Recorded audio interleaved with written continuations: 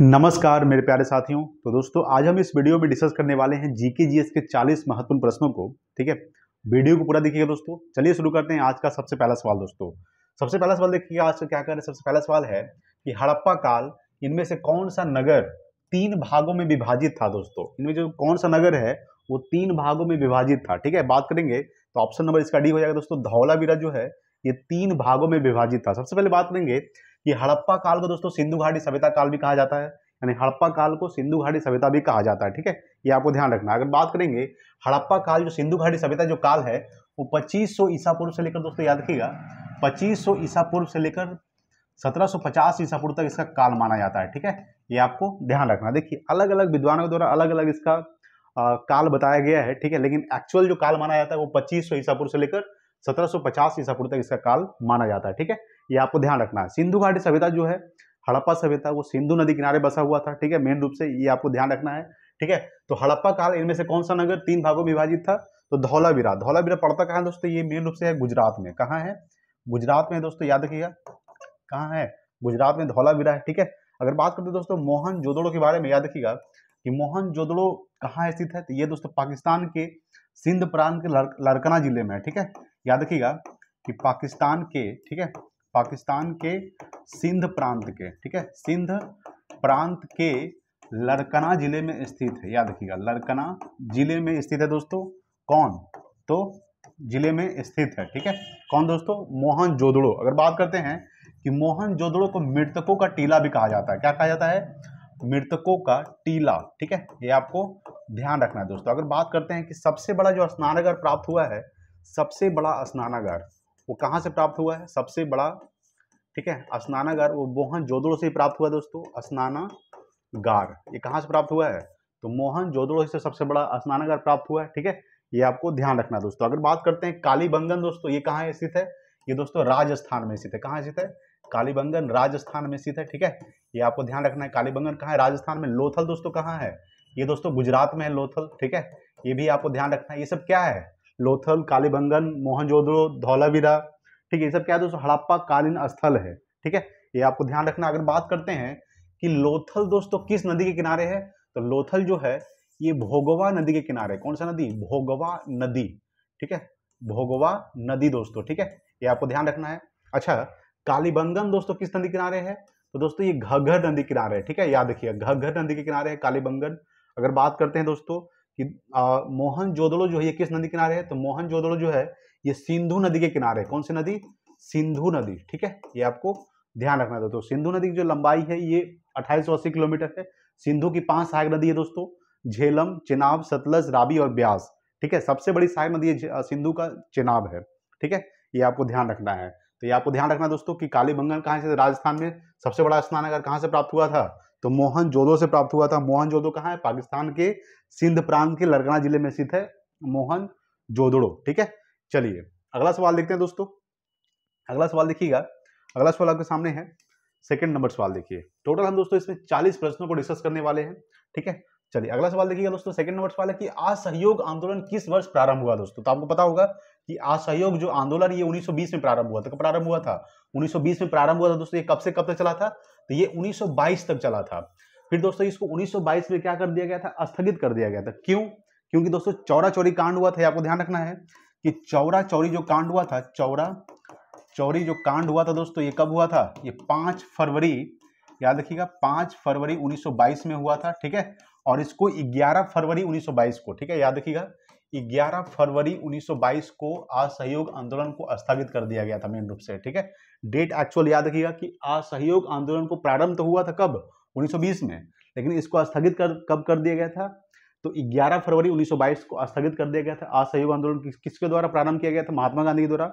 स्थगित किसके द्वारा किया गया, महात्मा गांधी के द्वारा किया गया। ठीक है, तो चौरा चौरी घटना कब हुआ था, 5 फरवरी 1922 को, जिसमें 22 लोग मारे गए थे। ये जो घटना हुआ था ये मेन रूप से गोरखपुर में हुआ था। कहाँ हुआ था, गोरखपुर में हुआ था दोस्तों। ठीक है, ये गोरखपुर कहाँ पड़ता है, यूपी में पड़ता है। ठीक है, गोरखपुर यूपी में ये घटना हुआ था, जिसमें करीब 22 पुलिसकर्मी मारे गए थे। ठीक है, इसी से दोस्तों गांधी जी नाराज होकर असहयोग आंदोलन को स्थगित कर दिए थे 1922 में, 11 फरवरी 1922 को। ठीक है, ये आपको ध्यान रखना। अगर बात करें दोस्तों कि 1921 में क्या हुआ था, तो याद रखिएगा मोपला विद्रोह कब हुआ था, मोपला विद्रोह। ठीक है, मोपला विद्रोह की अगर बात करते हैं, मोपला विद्रोह कब हुआ था? ये 1921 में हुआ था मोपला विद्रोह, ठीक है। 1923 की अगर बात करते हैं दोस्तों, याद रखिएगा कि स्वराज पार्टी का स्थापना कब हुआ था? स्वराज पार्टी का स्थापना हुआ था, याद रखिएगा। स्वराज पार्टी की अगर बात करते हैं, स्वराज पार्टी का स्थापना हुआ था 1923 में। किसके द्वारा किया गया था? तो मोतीलाल नेहरू एवं चित्तरंजन दास के द्वारा, ठीक है।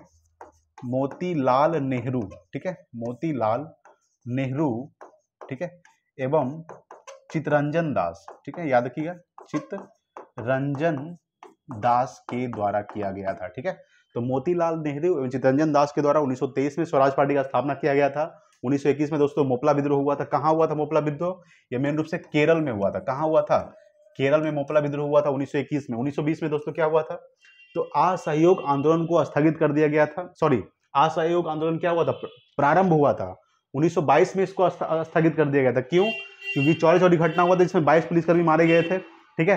यानी थाने में ही आग लगा दिया गया था। तो लोगों के द्वारा जो आक्रोश लोग हो गए थे, उसके द्वारा थाने में ही आग लगा दिया गया था, ठीक है। जिसकी वजह से गांधी जी ने नाराज होकर, ठीक है, असहयोग आंदोलन को स्थगित कर दिए थे 11 फरवरी 1922 को, ठीक है। ये डेट याद रखिएगा।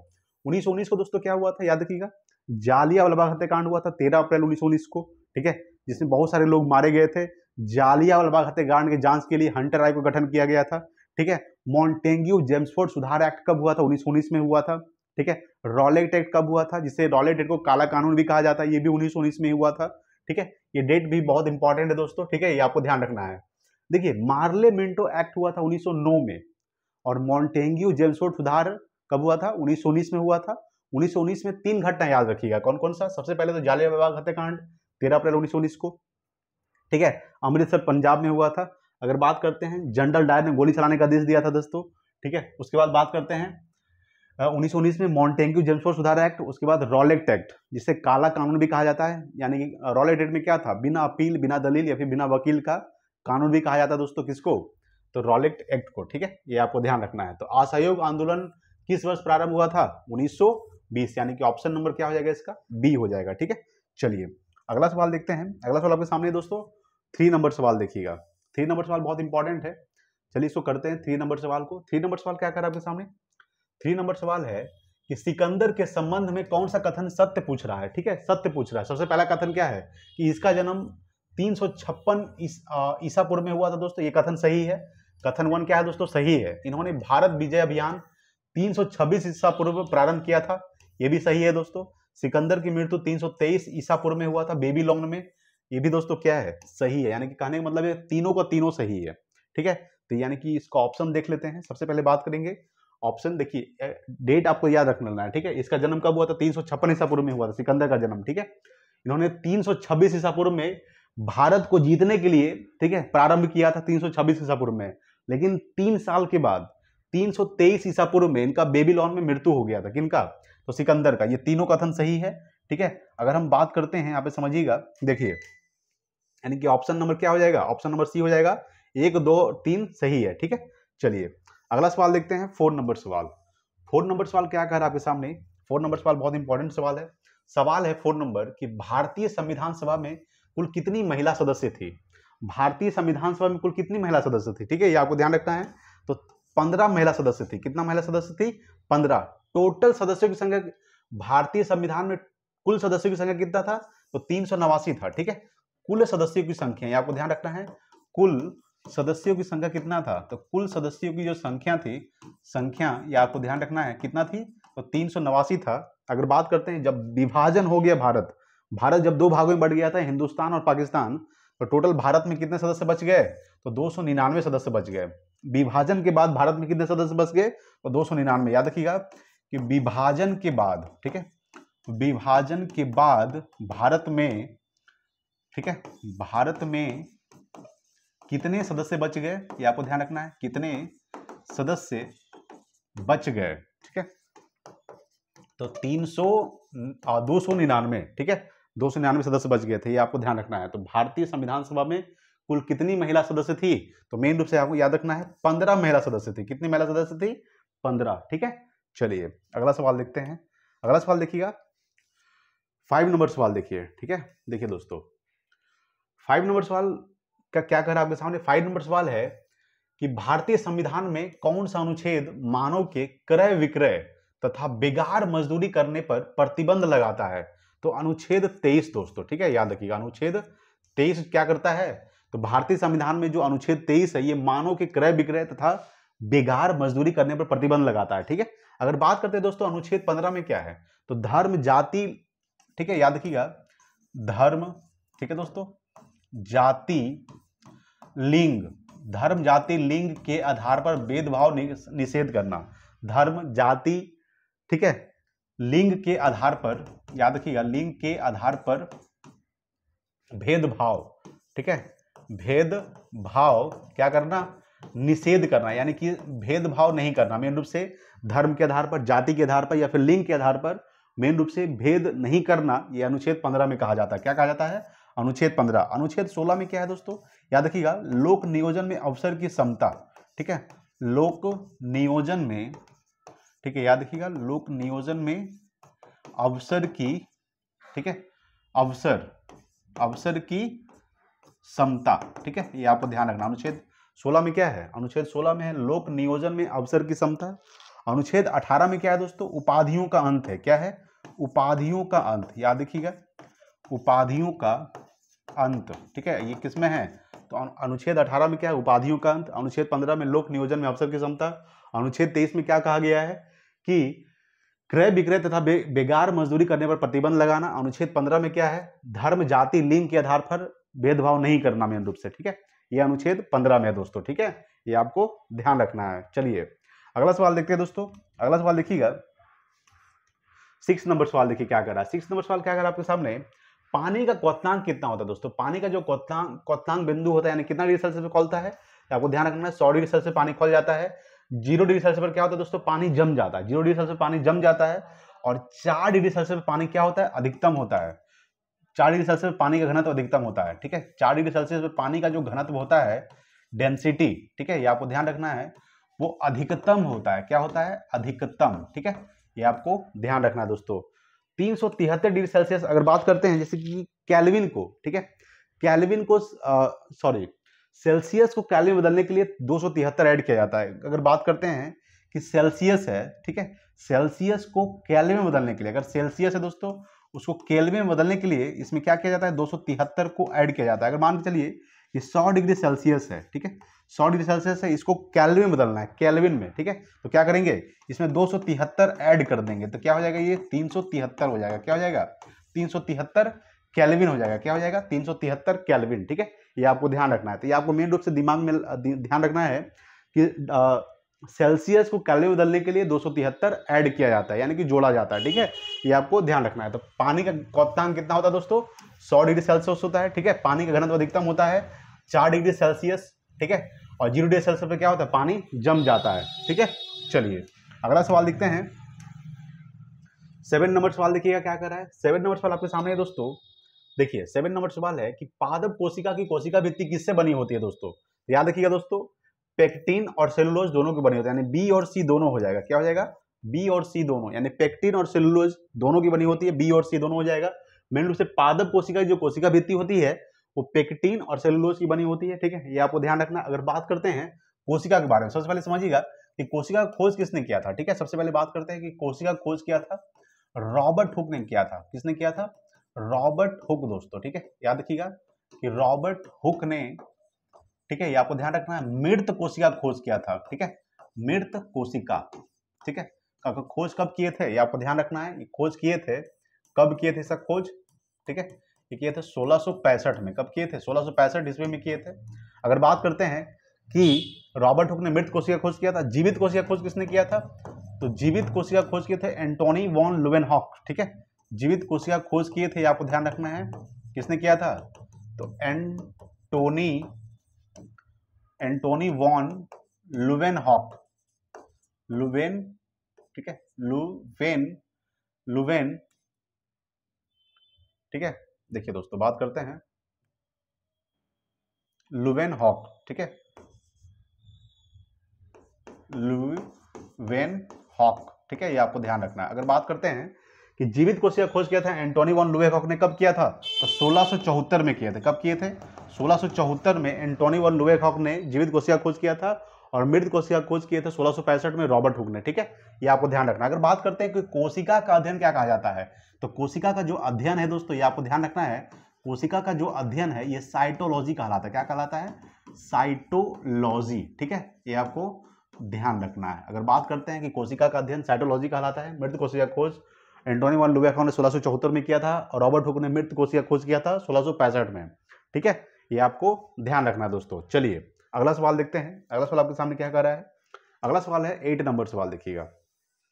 ठीक है, 8 नंबर सवाल क्या कह रहा है आपके सामने? इसमें थोड़ा सा ऑप्शन मिस्टेक हो गया दोस्तों। ठीक है, 8 नंबर सवाल है कि भारत सरकार का प्रथम विधि अधिकारी कौन होता है दोस्तों? तो महान्यायवादी होता है। इसमें ऑप्शन नंबर ई ऐड कर लीजिएगा। ठीक है, महान्यायवादी। ठीक है, महान्याय, ठीक है, वादी, यानी कि मेन रूप से क्या हो जाएगा? ऑप्शन नंबर ई हो जाएगा। ठीक है, यानी भारत सरकार का जो प्रथम विधि अधिकारी होता है वो कौन होता है? तो महान्यायवादी होते हैं। महान्यायवादी का जो उल्लेख किया गया है मेन रूप से याद रखिएगा अनुच्छेद 76 में किया गया है। ठीक है, अनुच्छेद 76 में। ठीक है, अनुच्छेद 76 में मेन रूप से महान्यायवादी का उल्लेख किया गया है। ठीक है, ये आपको ध्यान रखना। अगर बात करते हैं दोस्तों उपराष्ट्रपति का जो उल्लेख है, उपराष्ट्रपति के पद का जो उल्लेख किया गया मेन रूप से आपको ध्यान रखना है। इनका जो पद का जो उल्लेख किया गया आर्टिकल किसमें किया गया? अनुच्छेद 63 में किया गया। किसमें किया गया है? 63 में। ठीक है, ये आपको ध्यान रखना। अगर बात करते हैं कि राष्ट्रपति के पद का उल्लेख दोस्तों किसमें किया गया है, तो राष्ट्रपति के जो पद का उल्लेख किया गया है आर्टिकल अनुच्छेद, ठीक है, ये आपको ध्यान रखना है, अनुच्छेद किसमें किया गया? अनुच्छेद 52 में किया गया। ठीक है, ये आपको ध्यान रखना। वर्तमान में राष्ट्रपति कौन है? द्रौपदी मुर्मू, जो कहाँ रहने वाली है? उड़ीसा के मयूरभंज जिला के रहने वाली है। ठीक है, ये आपको ध्यान रखना है। वो 15वें राष्ट्रपति है। द्रौपदी मुर्मू कैवे राष्ट्रपति है? 15वें राष्ट्रपति है। ठीक है, प्रधानमंत्री दोस्तों। ठीक है, अच्छा एक चीज याद रखिएगा कि प्रधानमंत्री के पद का उल्लेख दोस्तों किसमें किया गया है? तो अनुच्छेद 75 में किया गया है। इनके जो पद का जो उल्लेख किया गया अनुच्छेद यानी कि आर्टिकल 75 में किया गया है। ठीक है, 75। याद रखिएगा कि राष्ट्रपति को महाभियोग की प्रक्रिया द्वारा हटाया जा सकता है अनुच्छेद 61 के अनुसार। ठीक है, आर्टिकल 61 के अनुसार, अनुच्छेद 61 के अनुसार, ठीक है, राष्ट्रपति को महाभियोग की प्रक्रिया द्वारा हटाया भी जा सकता है। ठीक है, ये आपको ध्यान रखना है। तो भारत सरकार का प्रथम विधि अधिकारी कौन होता है? तो याद रखिएगा महान्यायवादी होता है। कौन होता है? महान्यायवादी, अटॉर्नी जनरल। इसको इंग्लिश में क्या बोलते हैं? Attorney general. ठीक है, इसका उल्लेख अनुच्छेद 76 में किया गया है। ठीक है, ये आपको ध्यान रखना है दोस्तों। चलिए अगला सवाल देखते हैं। अगला सवाल देखिएगा 9 नंबर सवाल देखिए। ठीक है, देखिए दोस्तों 9 नंबर सवाल क्या रहा है आपके सामने? 9 नंबर सवाल है कि निम्नलिखित में से कौन सुमेलित है? ठीक है, सुमेलित पूछ रहा है, यानी इधर आविष्कार है दोस्तों, इधर आविष्कारक है। ठीक है, देखिएगा टेलीफोन के आविष्कारक कौन है दोस्तों? ग्राहम बेल, ये दोस्तों सही है। डायनामो का आविष्कारक कौन है दोस्तों? Michael Faraday. डायनामो क्या करता है? यांत्रिक ऊर्जा को विद्युत ऊर्जा में कन्वर्ट करता है। क्या करता है? यांत्रिक ऊर्जा को विद्युत ऊर्जा में कन्वर्ट करता है डायनामो। चेचक कटिका खोज किसने किया था? एडवर्ड जेनर ने चेचक कटिका खोज किया था। यानी कि क्या है दोस्तों? सभी सुमेलित है। क्या है? सभी सुमेलित है। यानी अब टेलीफोन का आविष्कारक ग्राहम बेल, डायनामो का आविष्कारक माइकल फैराडे, सही है। चेचक कटिका खोज किसने किया था? एडवर्ड जेनर ने। ठीक है, लुई पास्चर ने दोस्तों क्या किया था? तो रेबीज के टीके खोज किया था। ठीक है, लुई पास्चर, याद ध्यान रखिएगा कि लुई पास्चर की अगर बात करते हैं, लुई पास्चर, ठीक है, लुई पास्चर ने किसका खोज किया था? तो रेबीज के टीका खोज किया था। सवाल पूछेगा कि रेबीज के टीका खोज किसने किया था? तो लुई पास्चर ने किया था। कंप्यूटर का आविष्कारक कौन है? चार्ल्स बैबेज कंप्यूटर का आविष्कारक है। ठीक है, ये आपको ध्यान रखना है। ठीक है, चलिए दोस्तों 9 नंबर सवाल के क्या हो जाएगा? यानी सभी सुमेलित है। ठीक है, ये आपको ध्यान रखना है। चलिए अगला सवाल देखते हैं। अच्छा, एक्सरे का खोज किसने किया था? तो एक्सरे का खोज किया था रॉन्टजन ने एक्सरे का खोज किया था। ठीक है, एक्सरे क्या नहीं कर सकता है? तो एक्सरे जो है हड्डी को पार नहीं कर सकता, यानी हड्डी को पार नहीं कर सकता है एक्सरे, ये भी आपको ध्यान रखना है। अगला दोस्तों 10 नंबर सवाल देखिएगा। 10 नंबर सवाल कह रहा है आपके सामने, देखिए 10 नंबर सवाल है कि तृतीय बौद्ध संगीति कहाँ हुआ था दोस्तों? तो प्रथम बौद्ध संगीति कहाँ हुआ था? राजगीर में हुआ था। ठीक है, याद रखिएगा कि प्रथम बौद्ध संगीति जो हुआ था राजगीर में। द्वितीय बौद्ध संगीति दोस्तों कहाँ हुआ था? वैशाली में हुआ था। द्वितीय, ठीक है, द्वितीय जो हुआ था, द्वितीय बौद्ध संगीति कहाँ हुआ था? वैशाली में। तृतीय बौद्ध संगीति कहाँ हुआ था? तो तृतीय बौद्ध संगीति हुआ था पाटलिपुत्र में। और चतुर्थ बौद्ध संगीति दोस्तों कुंडलवन कश्मीर में हुआ था। याद रखिएगा कि चतुर्थ जो बौद्ध संगीति हुआ था वो कहाँ हुआ था? कुंडलवन कश्मीर। याद रखिएगा दोस्तों। अगर बात करते हैं कि प्रथम बौद्ध संगीति कहाँ हुआ था? राजगीर में। कब हुआ था? तो ये हुआ था 483 ईसा पूर्व में हुआ था। कब हुआ था? 483 ईसा पूर्व में। ठीक है, 483 ईसा पूर्व, याद रखिएगा ईसा पूर्व में हुआ था, ठीक है। 483 ईसा पूर्व में प्रथम बौद्ध संगीति हुआ था राजगिरी में। द्वितीय बौद्ध संगीति दोस्तों कहाँ हुआ था? वैशाली में। कब हुआ था? तो 383 ईसा पूर्व में हुआ था, ये भी आपको ध्यान रखना है, ठीक है। अगर बात करते हैं कि तृतीय जो बौद्ध संगीति हुआ था पाटलिपुत्र में हुआ था, ठीक है, ये आपको ध्यान रखना है। तृतीय जो हुआ था ये मेन रूप से कहाँ कब हुआ था? तो 251 ईसा पूर्व में। देखिए दोस्तों, किसी किसी में आपको तृतीय जो बौद्ध संगीति है, ठीक है, वो कभी कभी 254 दे देगा, 251 दे देगा, ठीक है। तो वहां पे ऑप्शन के अनुसार देख के मार लीजिएगा, ठीक है। तो तृतीय जो बौद्ध संगीति मेन रूप से हुआ था 251 ईसा पूर्व में हुआ था, और चतुर्थ बौद्ध संगीति हुआ था प्रथम शताब्दी ईसा पूर्व में हुआ था, ठीक है। ये आपको ध्यान रखना है। चलिए अगला सवाल देखते हैं दोस्तों, 11 नंबर सवाल देखिएगा, ठीक है। 11 नंबर सवाल क्या कर आपके सामने देखिए। 11 नंबर सवाल आपके सामने है कि भारत के मुख्य निर्वाचन आयुक्त की नियुक्ति कौन करता है दोस्तों? याद रखिएगा, तो ये राष्ट्रपति करते हैं। कौन करते हैं? राष्ट्रपति जो भारत के मुख्य निर्वाचन आयुक्त की नियुक्ति करते हैं। अगर बात करते हैं कि मुख्य निर्वाचन आयुक्त की अगर बात करते हैं दोस्तों, याद रखिएगा इसका मेन रूप से मुख्य निर्वाचन आयुक्त का स्थापना कब हुआ था? तो 25 जनवरी 1950 को हुआ था, ठीक है। इसका मेन रूप से जो स्थापना हुआ था निर्वाचन आयुक्त का, स्थापना की अगर बात करते हैं स्थापना, तो याद रखिए कब हुआ था? तो 25 जनवरी 1950 को हुआ था। कब हुआ था? 25 जनवरी 1950 को निर्वाचन आयुक्त का, यानी निर्वाचन आयोग, उसे आयोग भी बोल सकते हैं या फिर आयुक्त भी बोल सकते हैं, ठीक है, टेंशन नहीं लेना है। तो 25 जनवरी को क्या मनाया जाता है? याद रखिएगा, तो राष्ट्रीय मतदाता दिवस में मनाया जाता है, ठीक है। सवाल पूछेगा कि राष्ट्रीय मतदाता दिवस, ठीक है, राष्ट्रीय मतदाता दिवस कब मनाया जाता है? तो 25 जनवरी को राष्ट्रीय मतदाता दिवस भी मनाया जाता है, ठीक है। तो 25 जनवरी 1950 को किसका स्थापना हुआ था? मुख्य निर्वाचन आयुक्त का स्थापना हुआ था। मुख्य निर्वाचन आयुक्त की नियुक्ति कौन करता है? तो वो राष्ट्रपति करते हैं। कौन करते हैं? राष्ट्रपति, ठीक है। ये आपको ध्यान रखना है। अगर बात करते हैं दोस्तों, ठीक है, किनके बारे में? संसद। अच्छा, संसद का उल्लेख किसमें किया गया दोस्तों? संसद अगर बात करते हैं, देखिए सरला से याद रखिएगा, ठीक है, सरला, ठीक है, सबको ट्रिक पता होगा दोस्तों, हमको पता है। सरला की अगर बात करते हैं स से क्या हो जाएगा? तो संसद, संसद का जो उल्लेख किया गया दोस्तों 79 में किया गया है, याद रखिएगा, अनुच्छेद 79 यानी आर्टिकल 79 में किया गया है। आर से क्या हो जाएगा दोस्तों? राज्य, ठीक है, राज्यसभा का जो उल्लेख किया गया है अनुच्छेद किसमें किया गया है? अनुच्छेद 80 में। और लोकसभा को जो उल्लेख किया गया है, लोकसभा का जो उल्लेख किया गया दोस्तों अनुच्छेद किसमें किया गया है? 81 में किया गया। देखिए अगर बात करते हैं दोस्तों कि राज्यसभा क्या है दोस्तों? ये एक अस्थाई सदस्य है, अस्थाई सदन है। क्या है? राज्यसभा जो है ये अस्थाई सदन है, और लोकसभा क्या है दोस्तों? ये अस्थाई है, अस्थाई है, ठीक है। ये आपको ध्यान रखना है। लोकसभा को क्या कर सकते हैं? लोकसभा को भंग किया जा सकता है, ठीक है, आर्टिकल 85 के अनुसार, अनुच्छेद 85 के अनुसार, ठीक है, ये आपको ध्यान रखना है। अनुच्छेद 85 के अनुसार लोकसभा को भंग किया जा सकता है, ठीक है, आर्टिकल 85 के अनुसार लोकसभा को भंग किया जा सकता है।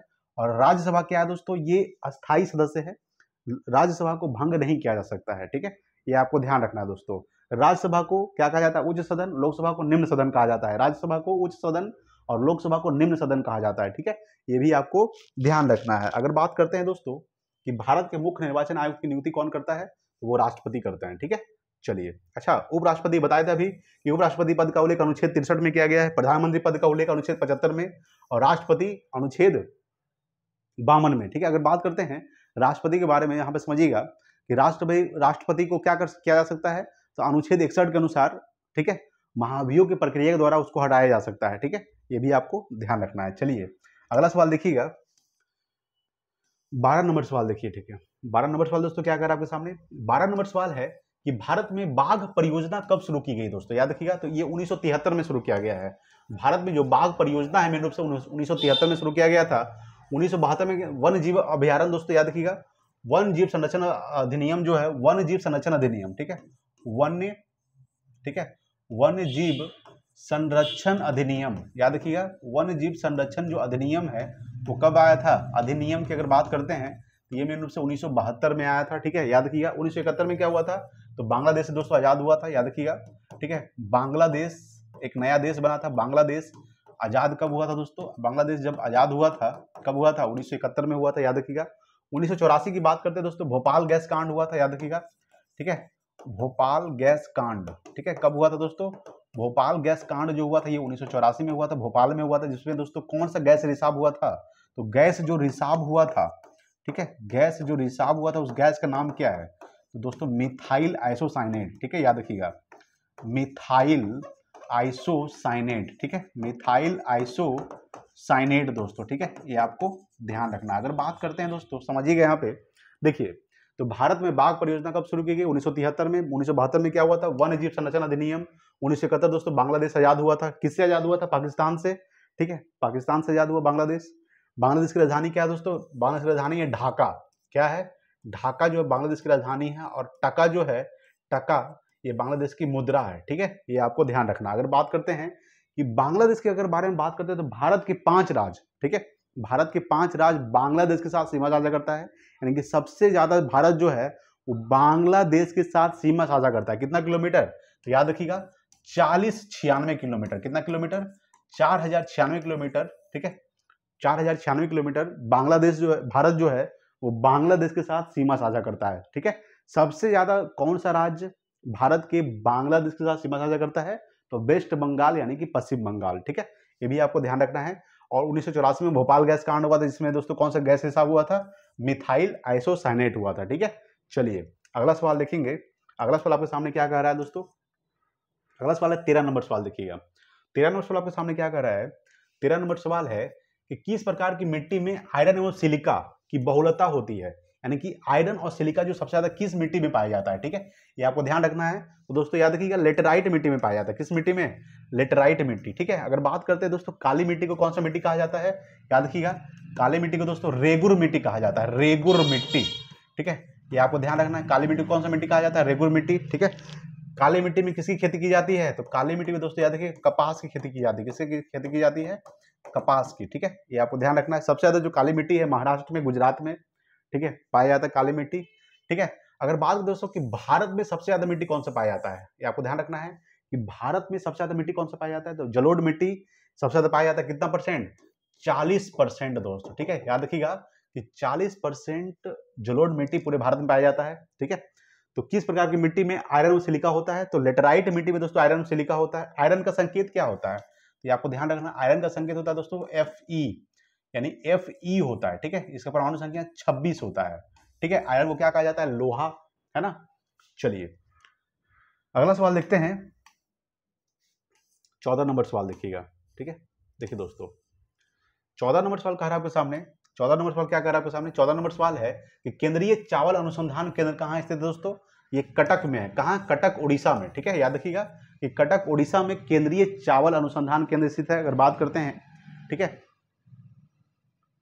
देखिए दोस्तों केंद्रीय चावल अनुसंधान केंद्र कहाँ स्थित है? कटक उड़ीसा में। ठीक है, अगर बात करते हैं, देखिए मनीला फिलीपींस। देखिए दोस्तों फिलीपींस एक देश है जिसकी राजधानी क्या होता है? मनीला। तो मनीला फिलीपींस में दोस्तों अंतर्राष्ट्रीय चावल अनुसंधान केंद्र स्थित है। ठीक है, याद सवाल पूछेगा कि अंतर्राष्ट्रीय चावल अनुसंधान केंद्र कहाँ है? तो अंतर्राष्ट्रीय, ठीक है, याद रखिएगा अंतर्राष्ट्रीय चावल अनुसंधान केंद्र, चावल, ठीक है,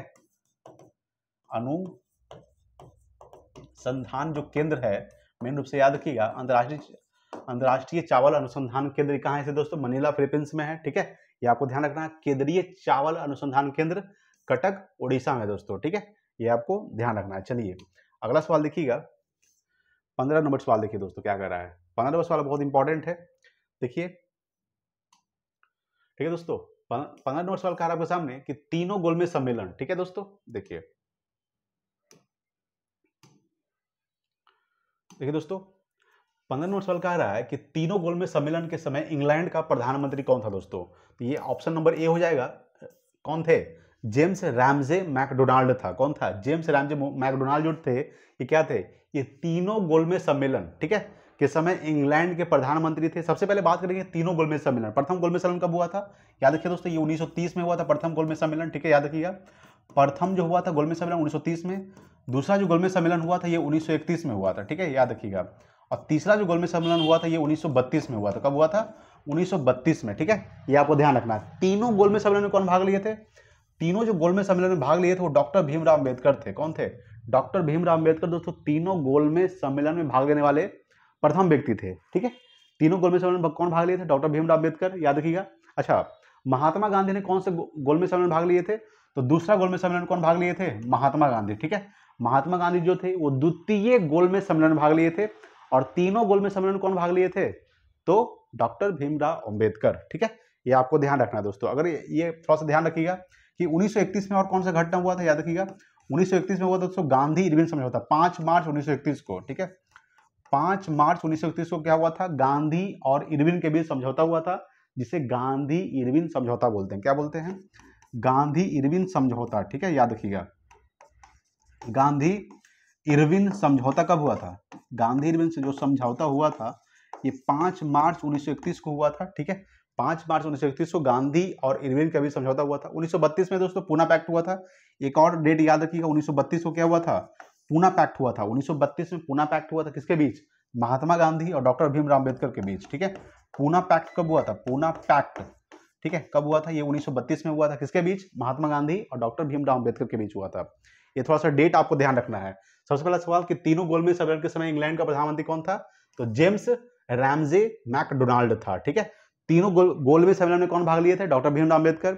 महात्मा गांधी कौन से गोलमेज सम्मेलन में भाग लिए थे, द्वितीय गोलमेज सम्मेलन में। ठीक है, गांधी और इरविन के बीच समझौता कब हुआ था, 5 मार्च 1931 को गांधी इरविन समझौता। 1932 में पुना पैक्ट हुआ था, किसके बीच, डॉक्टर भीमराव अम्बेडकर और महात्मा गांधी के बीच। ठीक है, ये आपको ध्यान रखना है। चलिए अगला सवाल देखते हैं। अगला सवाल आपके सामने क्या कर रहा है, 16 नंबर सवाल देखिएगा। ठीक है, 16 नंबर सवाल आपके सामने दोस्तों कि अखिल भारतीय किसान सभा गठन कब हुआ था। याद रखिएगा दोस्तों, अखिल भारतीय किसान सभा का जो गठन किया गया था वो 11 अप्रैल, ठीक है, 11 अप्रैल 1936 को किया गया था। कब किया गया था, 11 अप्रैल 1936 को अखिल भारतीय किसान सभा का गठन किया गया था। अभी बताया था दोस्तों 5 मार्च 1931 को गांधी और इरविन के बीच समझौता हुआ था, गांधी इरविन समझौता।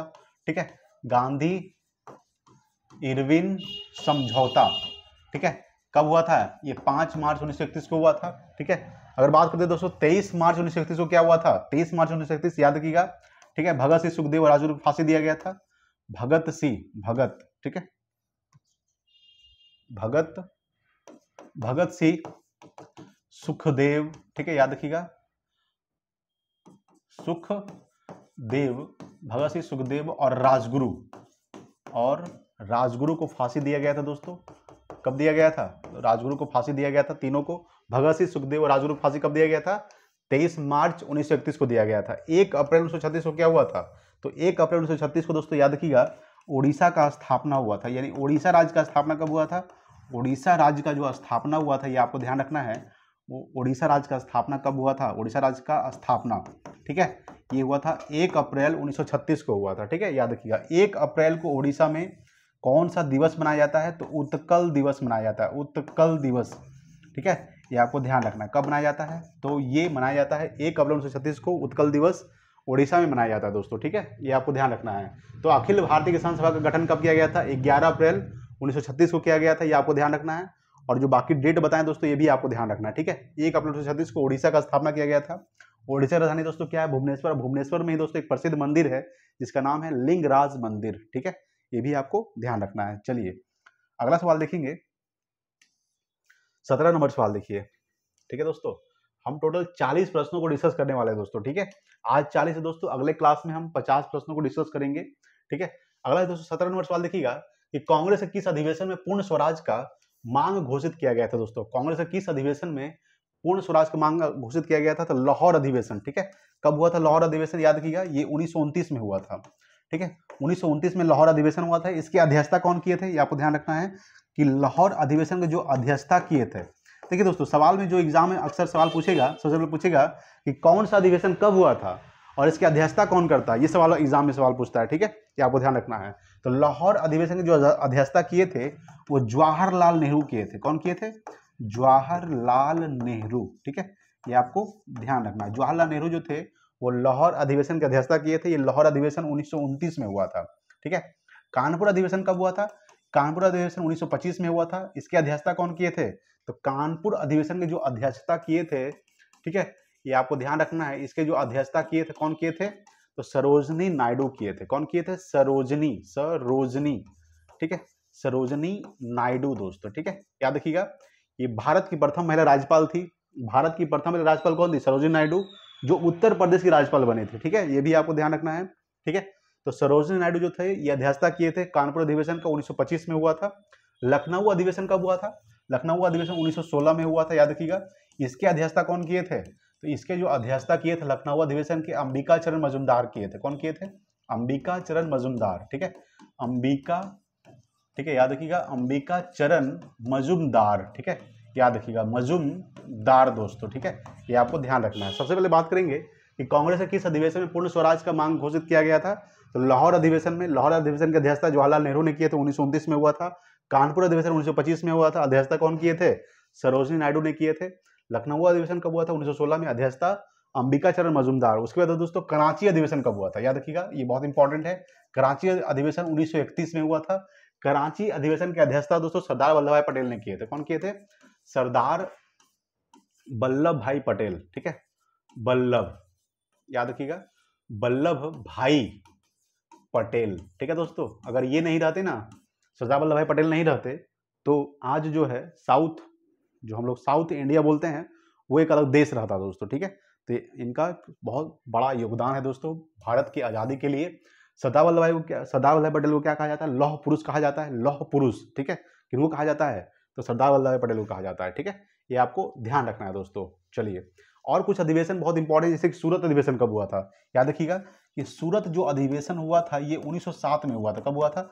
1907 में सूरत अधिवेशन हुआ था, जिसकी अध्यक्षता रास बिहारी घोष किए थे। कौन किए थे? रास बिहारी बोस नहीं, बल्कि घोष, ठीक है। ये आप कंफ्यूज नहीं होना है। तो सूरत अधिवेशन कब हुआ था? 1907 में हुआ था, अध्यक्षता रास बिहारी घोष किए थे। और बहुत सारा अधिवेशन है, ठीक है, ये बहुत ज्यादा इंपॉर्टेंट अधिवेशन है, ये आपको ध्यान रखना है, ठीक है। चलिए अगला सवाल देखते हैं, ठीक है दोस्तों। चलिए, अगर क्लास अच्छा लग रहा हो प्लीज लाइक कीजिएगा दोस्तों, शेयर कर दीजिएगा एक बार जबरदस्त तरीके से, है ना। चलिए अगला सवाल देखते हैं। 18 नंबर सवाल देखिएगा, ठीक है, ठीक है। 18 नंबर सवाल आ रहा है आपके सामने कि हिंदू महासभा की स्थापना कब हुआ था दोस्तों? ये 1915 में हुआ था, ठीक है। याद रखिएगा कि हिंदू महासभा की जो स्थापना किया गया था ये 1915 में किया गया था, ठीक है। ये आपको ध्यान रखना है दोस्तों। अगर बात करते हैं दोस्तों कि 1913 में क्या हुआ था दोस्तों, याद रखिएगा, तो गदर पार्टी का स्थापना हुआ था। याद रखिएगा कि गदर पार्टी का स्थापना कब हुआ था?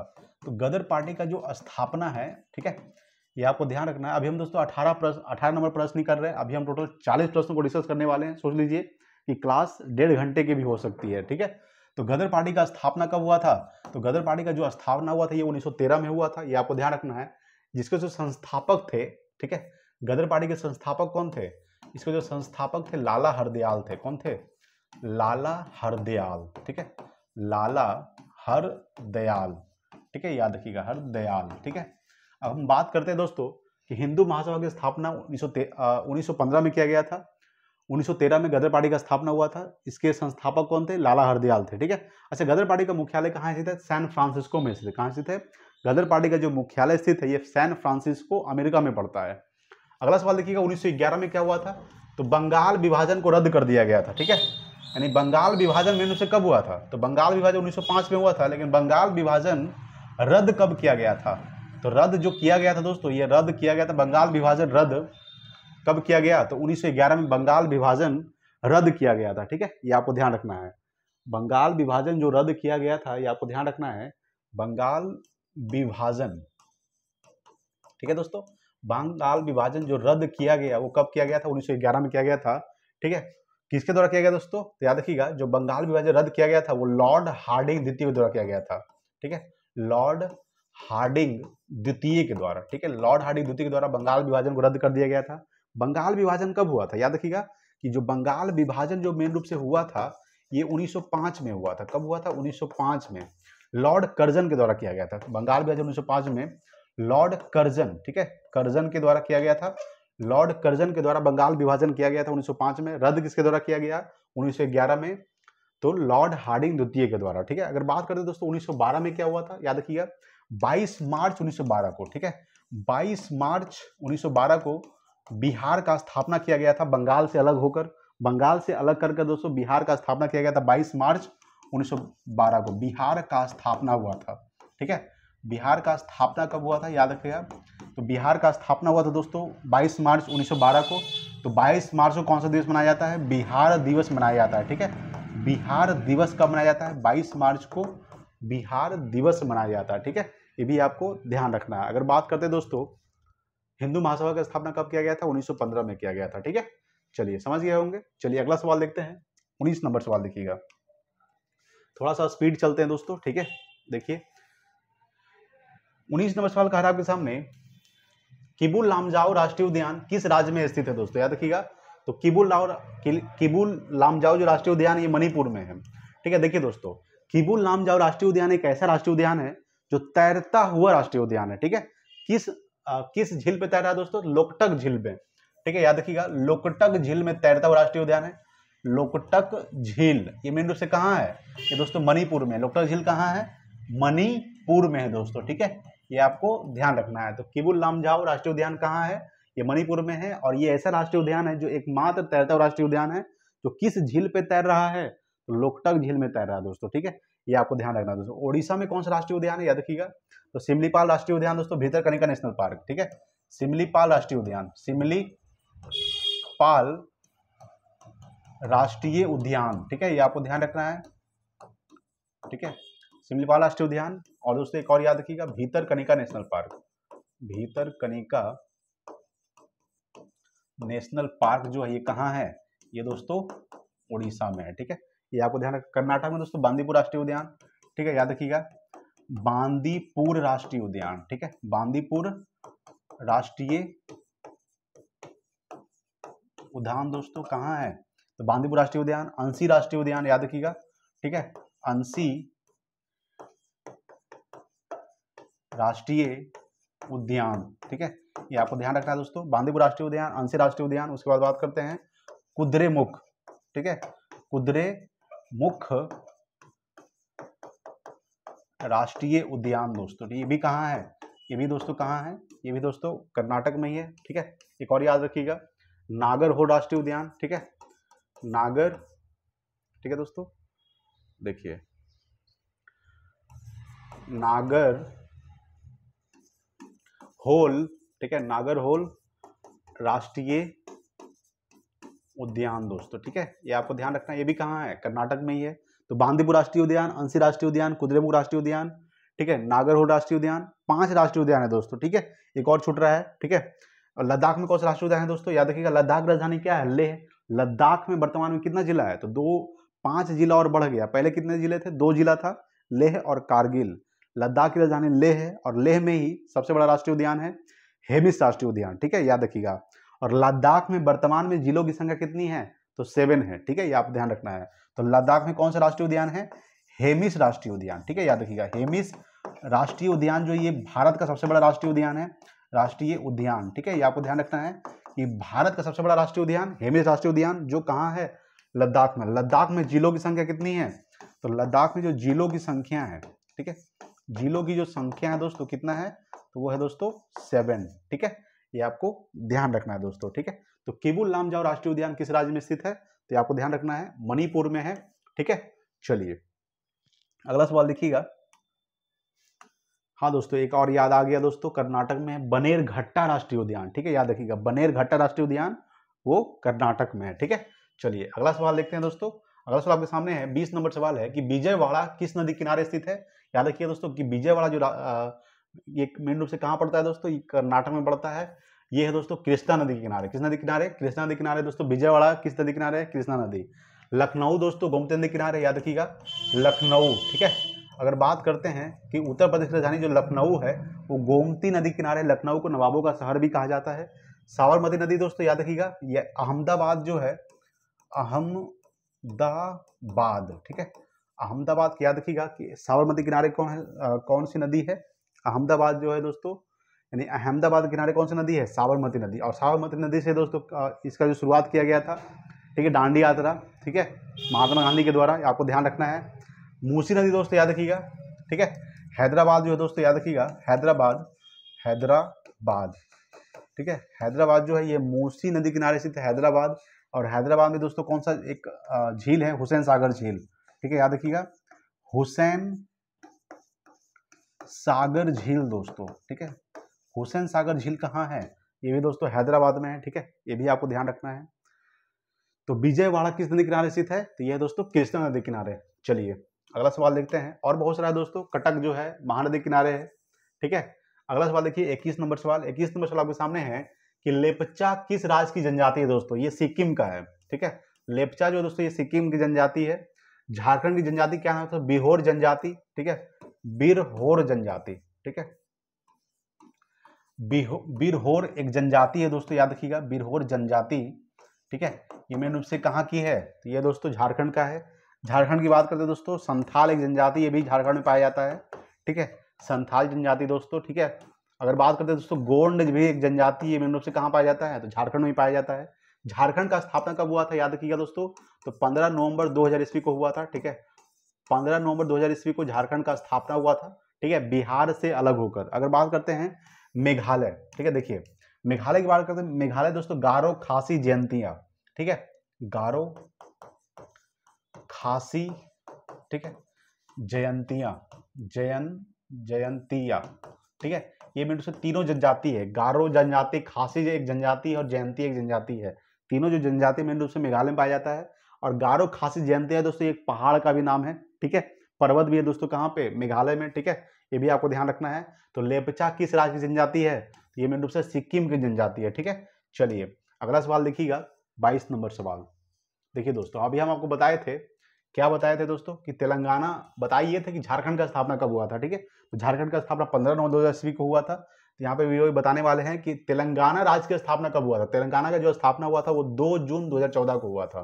ठीक है, और 15 नवंबर 2000 ईस्वी को किसका स्थापना हुआ था, अभी हम बताए थे झारखंड का। ठीक है, किसका हुआ था, झारखंड का जो स्थापना हुआ था। झारखंड का स्थापना कब हुआ दोस्तों, तो ये 15 नवंबर 2000 ईस्वी को हुआ था, याद रखिएगा। 9 नवंबर 2000 ईस्वी को किसका स्थापना हुआ था, तो 9 नवंबर 2000 ईस्वी को याद रखिएगा इसका उत्तराखंड का स्थापना हुआ था। ठीक है, उत्तराखंड का जो स्थापना हुआ था, उत्तराखंड का, ठीक है, उत्तराखंड का स्थापना कब हुआ था, 9 नवंबर 2000 ईस्वी को हुआ था। और 1 नवंबर 2000 ईस्वी को दोस्तों छत्तीसगढ़ का स्थापना हुआ था। ठीक है, याद रखिएगा, छत्तीसगढ़ का स्थापना कब हुआ, 1 नवंबर 2000 ईस्वी को हुआ था। सबसे पहले आपको ध्यान रखना है कि 15 नवंबर 2000 ईस्वी को झारखंड का स्थापना हुआ था, किससे अलग होकर, बिहार से अलग होकर। 9 नवंबर 2000 ईस्वी को उत्तराखंड का स्थापना हुआ, किससे अलग होकर, तो उत्तर प्रदेश से अलग होकर। ठीक है, और 1 नवंबर 2000 ईस्वी को किसका स्थापना हुआ, छत्तीसगढ़ का, किससे अलग होकर, तो उत्तर प्रदेश से अलग होकर इसका स्थापना हुआ। ठीक है, ये आपको ध्यान रखना है दोस्तों। चलिए अगला सवाल देखते हैं, 23 नंबर सवाल देखिएगा। ठीक है, 23 नंबर सवाल आपके सामने कह रहा है कि जय सिंह एवं शिवाजी के बीच पुरंदर की संधि कब हुआ था दोस्तों, तो 1665 में हुआ था। याद रखिएगा कि 1665 में दोस्तों पुरंदर की संधि हुआ था, ये आपको ध्यान रखना है। पुरंदर की संधि कब हुआ था, तो 1665 में हुआ था, किसके बीच, तो जय सिंह और शिवाजी के बीच हुआ था। ठीक है, ये आपको ध्यान रखना है, जय सिंह और शिवाजी के बीच पुरंदर की संधि हुआ था 1665 में। अगर बात करते हैं 1699 में किसका स्थापना हुआ था, खालसा पंथ का स्थापना हुआ था। ठीक है, खालसा, याद रखिएगा कि खालसा जो पंथ का स्थापना हुआ था, खालसा पंथ का स्थापना, ठीक है, कब हुआ था, ये 1699 में हुआ था। खालसा पंथ के संस्थापक कौन थे, तो गुरु गोविंद सिंह थे। कौन थे, गुरु गोविंद सिंह। याद रखिएगा कि गुरु गोविंद सिंह जो थे ये खालसा पंथ के संस्थापक थे। ठीक है, जो 1699 में हुआ था। 1666 में दोस्तों गुरु गोविंद सिंह का जन्म हुआ है। याद रखिएगा कि गुरु गोविंद सिंह जो सिख गुरु के 10वें गुरु थे। गुरु गोविंद सिंह कैवे गुरु थे, सिख के 10वें गुरु थे। ठीक है, सिख में कितने गुरु हुए, टोटल 10 गुरु हुए। ठीक है, सिख के प्रथम गुरु कौन थे, तो गुरु कौन थे, याद रखिएगा। अगर बात, गुरु नानक थे। सिख के प्रथम गुरु कौन थे, गुरु नानक, जिनका जन्म 1469 में हुआ था, तलवंडी में हुआ था, जो कहाँ पड़ता है, पाकिस्तान में पड़ता है। ठीक है, तो 1666 में गुरु गोविंद सिंह का जन्म हुआ है, गुरु गोविंद सिंह का जन्म। ठीक है, याद रखिएगा गुरु गोविंद सिंह का जन्म कब हुआ है दोस्तों, ये आपको ध्यान रखना है। गुरु गोविंद सिंह का जन्म हुआ 1666 में। 1600 ईस्वी में दोस्तों ईस्ट इंडिया कंपनी का स्थापना हुआ था। ठीक है, ईस्ट इंडिया कंपनी का स्थापना कब हुआ है, ईस्ट इंडिया कंपनी का जो स्थापना हुआ है, ये आपको ध्यान रखना है। ईस्ट इंडिया कंपनी का स्थापना ये कब हुआ है, तो ये दोस्तों 1600 ईस्वी में हुआ है। ठीक है, और 1665 में किसका स्थापना हुआ है, पुरंदर की संधि हुआ है दोस्तों। 1699 में गुरु गोविंद सिंह ने खालसा पंथ का स्थापना किए थे। 1666 में गुरु गोविंद सिंह का जन्म हुआ है। तो सबसे पहले बात करेंगे थोड़ा सा सिख गुरु के बारे में बात कर लीजिएगा। सिख में टोटल कितने गुरु हुए, 10 गुरु हुए। प्रथम गुरु कौन थे, गुरु नानक थे, जिनका जन्म 1469 में हुआ था। कब हुआ था, 1469 ईस्वी में हुआ था। ठीक है, गुरु नानक का जन्म हुआ था। ठीक है, 1469 में कहाँ हुआ था, तलवंडी पाकिस्तान में हुआ था। अगर बात करते हैं कि सवाल ऐसे पूछता है दोस्तों कि किस सिख गुरु ने गुरु तेग बहादुर का हत्या करवाया था दोस्तों, किस सिख गुरु ने गुरु तेग बहादुर का हत्या करवाया था, तो औरंगजेब ने करवाया था। गुरु तेग बहादुर का हत्या किसने करवाया था, औरंगजेब ने गुरु तेग बहादुर का हत्या करवाया था। ठीक है, ये आपको ध्यान रखना है दोस्तों। चलिए अगला सवाल देखते हैं, 24 नंबर सवाल।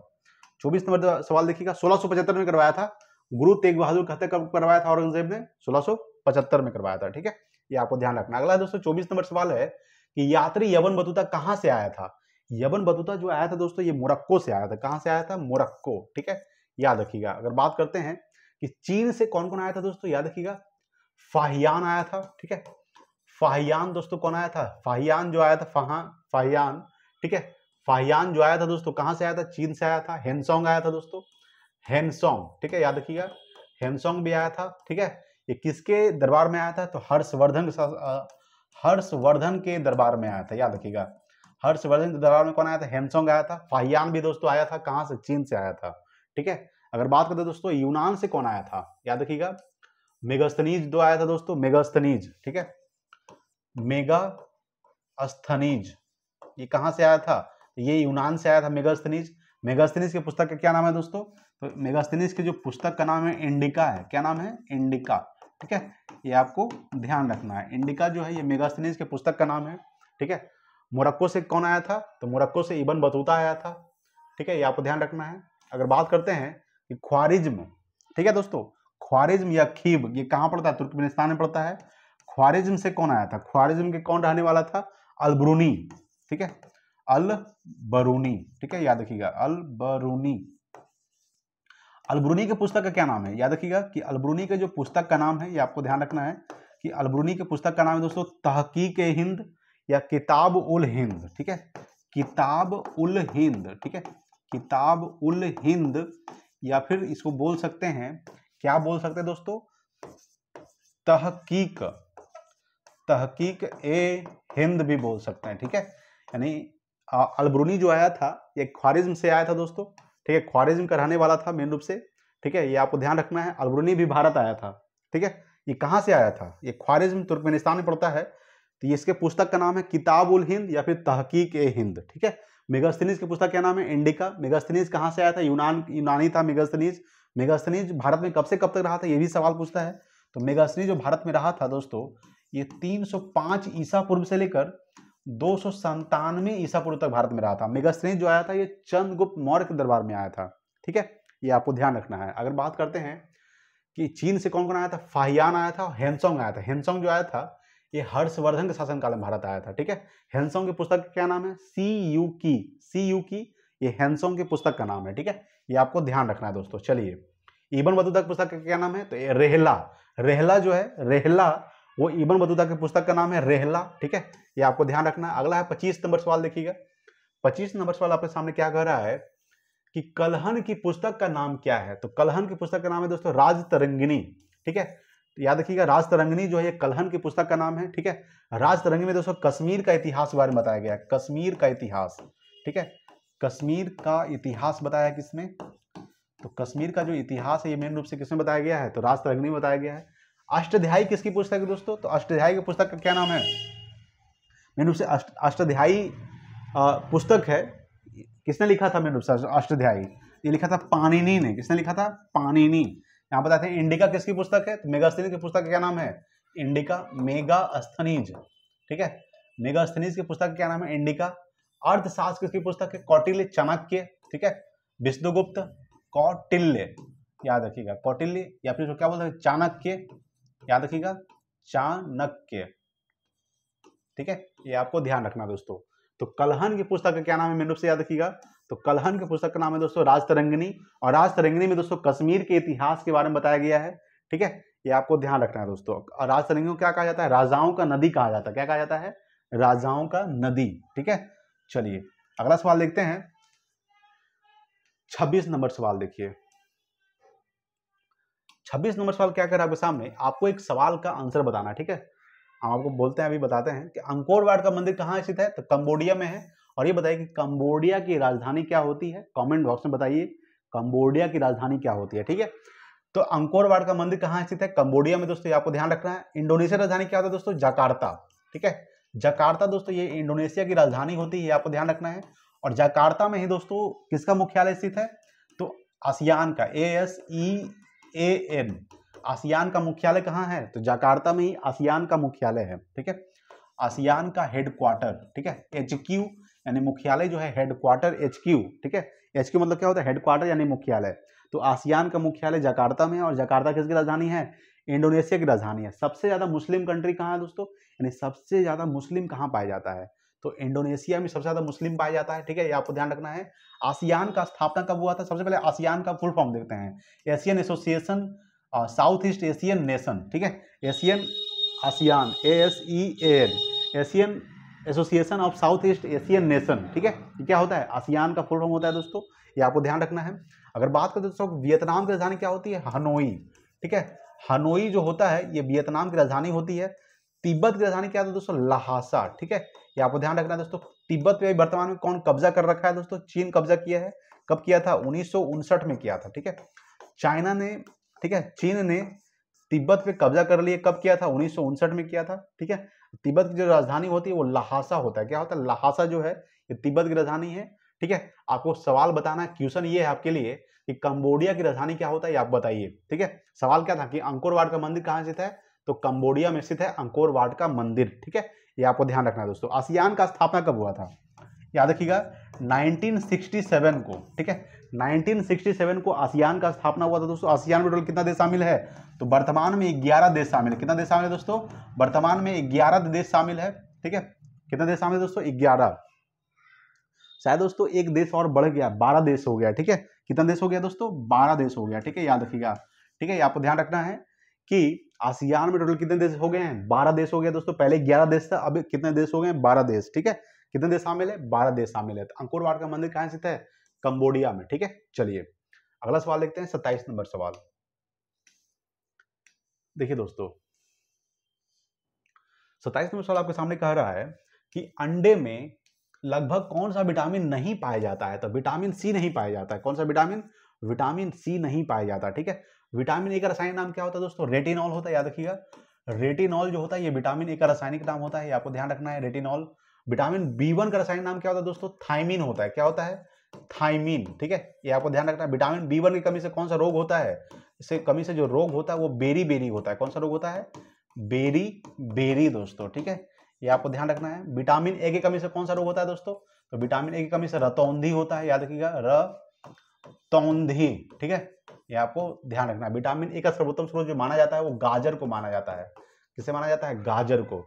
विटामिन सी का जो रासायनिक नाम होता है वो एस्कॉर्बिक एसिड होता है। क्या होता है, एस्कॉर्बिक एसिड दोस्तों। ठीक है, ये आपको ध्यान रखना। अगर बात करते हैं यहाँ पे समझिएगा कि विटामिन डी का रासायनिक नाम क्या होता है, तो याद रखिएगा दोस्तों कैल्सीफिरॉल होता है। क्या होता है, कैल्सीफिरॉल। ठीक है, कैल्सीफिरॉल जो होता है ये विटामिन डी का रासायनिक नाम होता है। विटामिन डी की कमी से कौन सा रोग होता है, तो रिकेट्स होता है दोस्तों, जो बच्चों में होता है, ये आपको ध्यान रखना है। ठीक है, रिकेट्स होता है जो बच्चों में होता है विटामिन डी की कमी से। विटामिन डी का सर्वोत्तम स्रोत क्या माना जाता है, तो सूर्य का प्रकाश माना जाता है। विटामिन सी की कमी से कौन सा रोग होता है दोस्तों, तो स्कर्वी रोग होता है। ठीक है, स्कर्वी यानी कि मसूड़ों से खून निकलना। याद रखिएगा, मसूड़ों से खून निकला दोस्तों, ये विटामिन सी की कमी से होता है, ये भी आपको ध्यान रखना है। तो अंडे में लगभग कौन सा विटामिन नहीं पाया जाता है, तो विटामिन सी जो है मेन रूप से अंडे में नहीं पाया जाता है। विटामिन का खोज किसने किया था दोस्तों, याद रखिएगा 1911 में फंक ने किया था। किसने किया था, फंक ने 1911 में विटामिन का खोज किया था। ठीक है, ये भी आपको ध्यान रखना है दोस्तों। ठीक है, चलिए अगला सवाल देखिएगा, पड़ाका फूटना शुरू हो गया दोस्तों। 28 नंबर सवाल देखिए दोस्तों क्या कह रहा है। 28 नंबर सवाल है कि शरीर में ऊतकों का निर्माण होता है दोस्तों, कहाँ होता है, तो याद रखिएगा अगर बात करते हैं कि शरीर में जो ऊतकों का निर्माण होता है वो वसा से होता है, कार्बोहाइड्रेट से होता है, प्रोटीन से होता है या विटामिन से होता है, ये आपको बताना है। तो मेन रूप से कार्बोहाइड्रेट से होता है दोस्तों। किससे होता है, कार्बोहाइड्रेट। देखिए सबसे पहले बात करते हैं कि वसा में घुलनशील विटामिन कौन कौन सा है दोस्तों, याद रखिएगा।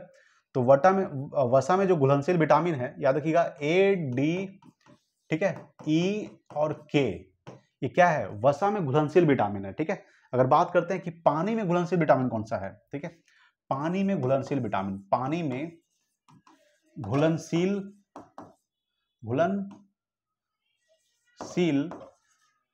विटामिन, ठीक है, याद रखिएगा पानी में जो घुलनशील विटामिन है आपको ध्यान रखना है कौन कौन सा है, B और C जो है ये क्या है, पानी में घुलनशील विटामिन है। और वसा में जो घुलनशील विटामिन है वो A, D, E, K है। ठीक है, याद रखिएगा दोस्तों प्रोटीन की फैक्ट्री किसे कहा जाता है, याद रखिएगा प्रोटीन की जो फैक्ट्री कहा जाता है वो राइबोसोम को कहा जाता है। ठीक है, राइबोसोम को। ठीक है, राइबोसोम को प्रोटीन के फैक्ट्री कहा जाता है। विटामिन का खोज किसने किया था, अभी हम बताए थे, फंक ने 1911 में, ठीक है, 1911 में फंक ने विटामिन का खोज किया था। कार्बोहाइड्रेट यानी शरीर में ऊतकों का निर्माण होता है, कार्बोहाइड्रेट से होता है शरीर में ऊतकों का निर्माण। वसा में घुलनशील विटामिन ए, डी, ई के, ए का रसायन नाम रेटिनॉल, डी का रसायन नाम कैल्सिफिरॉल, ई का रसायन नाम क्या होता है, टेकोफिरॉल। और विटामिन के का रसायन नाम क्या होता है, अभी बताए थे, फिलोक्विनोन, याद रखिएगा, ठीक है। अगर बात करते हैं दोस्तों, विटामिन ए की कमी से क्या होता है, रतौंधी। विटामिन डी की कमी से रिकेट्स बच्चों में होता है। और विटामिन ई की कमी से होता है दोस्तों बांझपन होता है, जो महिलाओं में होता है। और विटामिन के की कमी से कौन सा रोग होता है, ठीक है, रक्त का थक्का ना जमता है, ना जमना, रक्त का थक्का ना जमना विटामिन के की कमी से होता है। विटामिन सी की कमी से स्कर्वी रोग होता है, ठीक है, याद रखिएगा, मसूड़ों से खून निकलना दोस्तों, ठीक है। अगर बात करते हैं, समझिएगा यहाँ पे विटामिन बी1, ठीक है, पानी में घुलनशील विटामिन, भैंस गई पानी में, बी सी, ठीक है, यानी पानी में घुलनशील विटामिन दोस्तों बी होता है और सी होता है। विटामिन बी की कमी से कौन सा रोग होता है, बी1, इसमें दोस्तों बी1, बी2, बी3, बी5, बी6, बी7, 8 नहीं होता दोस्तों, बी9, ठीक है, बी11 और बी12, ठीक है दोस्तों। तो पानी में घुलनशील विटामिन बी और सी होता है, ठीक है, ये आपको ध्यान रखना है।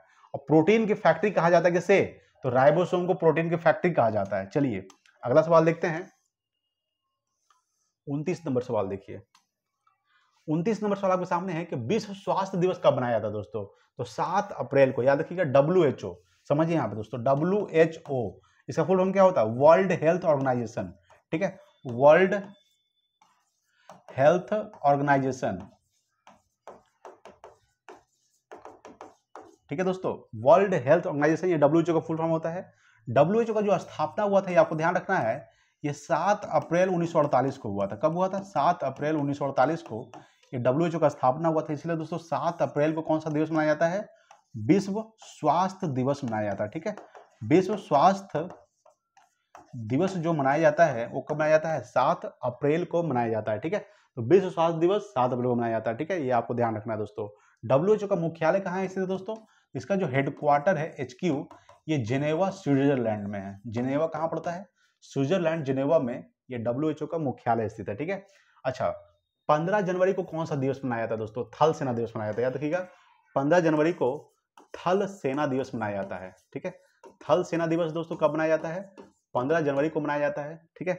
23 जनवरी को दोस्तों कौन सा दिवस मनाया जाता है, तो पराक्रम दिवस मनाया जाता है, पराक्रम दिवस, ठीक है, ये आपको ध्यान रखना है। 24 अप्रैल को दोस्तों कौन सा दिवस मनाया जाता है, राष्ट्रीय पंचायती राज दिवस, ठीक है, राष्ट्रीय पंचायती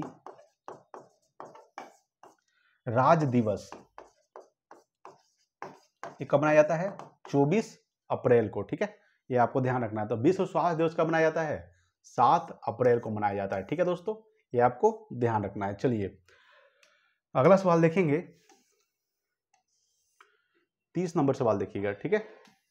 देखिए दोस्तों 30 नंबर सवाल कह रहा है आपके सामने कि किसी मानव आंख की रेटिना पर बना प्रतिबिंब कैसा होता है दोस्तों, तो वास्तविक एवं उल्टा होता है। आपको पता है कि वास्तविक एवं उल्टा या क्या होता है, किसी मानव आंख की रेटिना में बना प्रतिबिंब कैसा होता है, वास्तविक एवं उल्टा होता है, ठीक है, ये आपको ध्यान रखना है। चलिए अगला सवाल देखेंगे, 31 नंबर सवाल देखिएगा। 31 नंबर सवाल क्या है आपके सामने, 31 नंबर सवाल है कि मनुष्य के शरीर में कितना लीटर खून होता है दोस्तों, याद रखिएगा, तो 5 से 6 लीटर लगभग होता है, ठीक है। मनुष्य के शरीर में कितना लीटर खून होता है, 5 से 6 लीटर खून होता है, याद रखिएगा, ठीक है। अगर बात करते हैं खून की, अगर रक्त की बात करते हैं दोस्तों, ठीक है, तो रक्त का जो पीएच मान होता है वो 7.4 होता है। कितना होता है, 7.4 पीएच मान होता है किसका, रक्त का। पीएच का खोज किसने किया था, तो पीएच का फुल फॉर्म क्या होता है, पावर ऑफ हाइड्रोजन होता है। क्या होता है, पावर ऑफ हाइड्रोजन, ठीक है। पावर ऑफ हाइड्रोजन दोस्तों किसका फुल फॉर्म होता है, ये पीएच का फुल फॉर्म होता है। पीएच का खोज किसने किया था, तो सोरेनसन ने किया था, याद रखिएगा, सोरेनसन ने पीएच का खोज किया था दोस्तों, ठीक है। खून का पीएच मान 7.4 होता है। मनुष्य के शरीर में कितना लीटर खून होता है, तो 5 से 6 लीटर होता है, ठीक है, ये आपको ध्यान रखना है। चलिए अगला सवाल देखेंगे, 32 नंबर सवाल देखिए। 32 नंबर सवाल का सामने कि प्रार्थना समाज के संस्थापक कौन थे, तो प्रार्थना समाज के संस्थापक थे वो आत्माराम पांडुरंग थे। कौन थे, आत्माराम पांडुरंग प्रार्थना समाज के संस्थापक थे। प्रार्थना समाज का जो स्थापना हुआ था ये कब हुआ था, 1867 में हुआ था। कब हुआ था, 1867 में प्रार्थना समाज का स्थापना हुआ था। संस्थापक आत्माराम पांडुरंग थे। राजा राम मोहन राय दोस्तों की आत्मीय सभा का स्थापना किए थे, याद रखिएगा, ठीक है। आत्मीय सभा का स्थापना किसने किए थे? तो राजा राम मोहन राय ने किए थे। राजा राम मोहन राय ने ब्राह्मण समाज का भी स्थापना किए हैं, ठीक है। ब्राह्मण समाज का स्थापना हुआ है किसके द्वारा? तो ब्राह्मण समाज का स्थापना किए थे राजा राम मोहन ने। कब किए थे? तो ये 1828 में किए थे। कब किए थे? 1828 में, ठीक है। 1828 में ब्राह्मण समाज का स्थापना किए थे राजा राम मोहन राय। राजा राम मोहन राय को राजा को उपाधि किसने दिया था? तो राजा राम मोहन राय को राजा को उपाधि अकबर द्वितीय ने दिया था। किसने दिया था? अकबर द्वितीय, ठीक है। ये आपको ध्यान रखना है, ठीक है। राजा राम मोहन राय दोस्तों और लॉर्ड विलियम बेटिंग के सहयोग से सती प्रथा को अंत कर दिया गया था, ठीक है। सती प्रथा का जो अंत किया गया था, याद रखिएगा, सती प्रथा का अंत कब हुआ था? ये 1829 में हुआ था, ठीक है। किसके द्वारा? तो सती प्रथा का जो अंत किया गया था 1829 में, किसके द्वारा किया गया था? इसका जो अंत किया गया था वो राजा राम मोहन राय, राजा राम मोहन राय और लॉर्ड विलियम बेटिंग के सहयोग से, और लॉर्ड विलियम बेटिंग के सहयोग से, ठीक है। ये आपको ध्यान रखना है दोस्तों। तो सती प्रथा का अंत किया गया था 1829 में राजा राम मोहन राय और लॉर्ड विलियम बेटिंग के सहयोग से। 1829 में सती प्रथा को अंत कर दिया गया था, ठीक है। चलिए, आपको समझ में आ गया होगा। यहाँ पे समझिएगा, ज्योतिबा फुले की अगर बात करते हैं कि ज्योतिबा फुले ने किसका स्थापना किए थे, ठीक है। ज्योतिबा फुले पुस्तक का क्या नाम है? गुलामगिरी। याद रखिएगा कि ज्योतिबा फुले ने क्या बोलते हैं उसको, देखिए दोस्तों, अगर बात करते हैं प्रार्थना समाज के संस्थापक कौन थे? तो आत्माराम पांडुरंग प्रार्थना समाज के संस्थापक थे, ठीक है। आत्माराम पांडुरंग। राजा राम मोहन राय दोस्तों आत्मीय सभा की स्थापना किए थे। ब्राह्मण समाज की स्थापना 1828 में किए थे, ठीक है। अकबर द्वितीय ने राजा को उपाधि दिए थे राजा राम मोहन राय को। सती प्रथा का अंत किया गया था 1829 में, ठीक है। सती प्रथा को अंत किसने किया था? राजा राम मोहन राय और लॉर्ड विलियम बेटिंग के सहयोग से सती प्रथा को अंत कर दिया गया था दोस्तों, ठीक है। ये आपको ध्यान रखना है। गुलामगिरी किसकी पुस्तक है दोस्तों? तो गुलामगिरी पुस्तक है ज्योतिबा फुले का। सत्य शोधक समाज का स्थापना किए थे, ठीक है। याद आ गया, सत्य शोधक समाज, याद रखिएगा, सत्य शोधक समाज का जो स्थापना किए थे, सत्य शोधक समाज का संस्थापक कौन थे? ज्योतिबा फुले थे, ठीक है। ये आपको ध्यान रखना है। अगर बात करते हैं कि ज्योतिबा फुले के द्वारा जो सत्य शोधक समाज का स्थापना किया गया था, ये कब किया गया था दोस्तों? ये 1873 में किया गया था। कब किया गया था? 1873 में सत्य शोधक समाज का स्थापना किया गया था। देखिए, ज्योतिबा फुले का एक पुस्तक है जिसका नाम है दोस्तों गुलामगिरी, ठीक है। गुलामगिरी किसकी पुस्तक है? तो ये ज्योतिबा फुले की पुस्तक है गुलामगिरी, ठीक है। ये भी आपको ध्यान रखना है दोस्तों, ठीक है। चलिए, अगला सवाल देखेंगे। 33 नंबर सवाल देखिए। 33 नंबर सवाल क्या कह रहा है आपके सामने? 33 नंबर सवाल आपके सामने है दोस्तों कि संविधान सभा के प्रथम अध्यक्ष कौन थे दोस्तों? याद रखिएगा कि संविधान सभा के जो प्रथम अध्यक्ष बने थे वो डॉक्टर सच्चिदानंद सिन्हा को बनाया गया था। याद रखिएगा, सबसे पहले बात करेंगे कि डॉक्टर सच्चिदानंद सिन्हा को संविधान सभा के प्रथम अध्यक्ष बनाया गया था। संविधान सभा का जो पहला बैठक हुआ था, ठीक है, याद रखिएगा, इसका जो प्रथम बैठक हुआ, प्रथम बैठक की अगर बात करते हैं, प्रथम बैठक, ठीक है, ये कब हुआ था?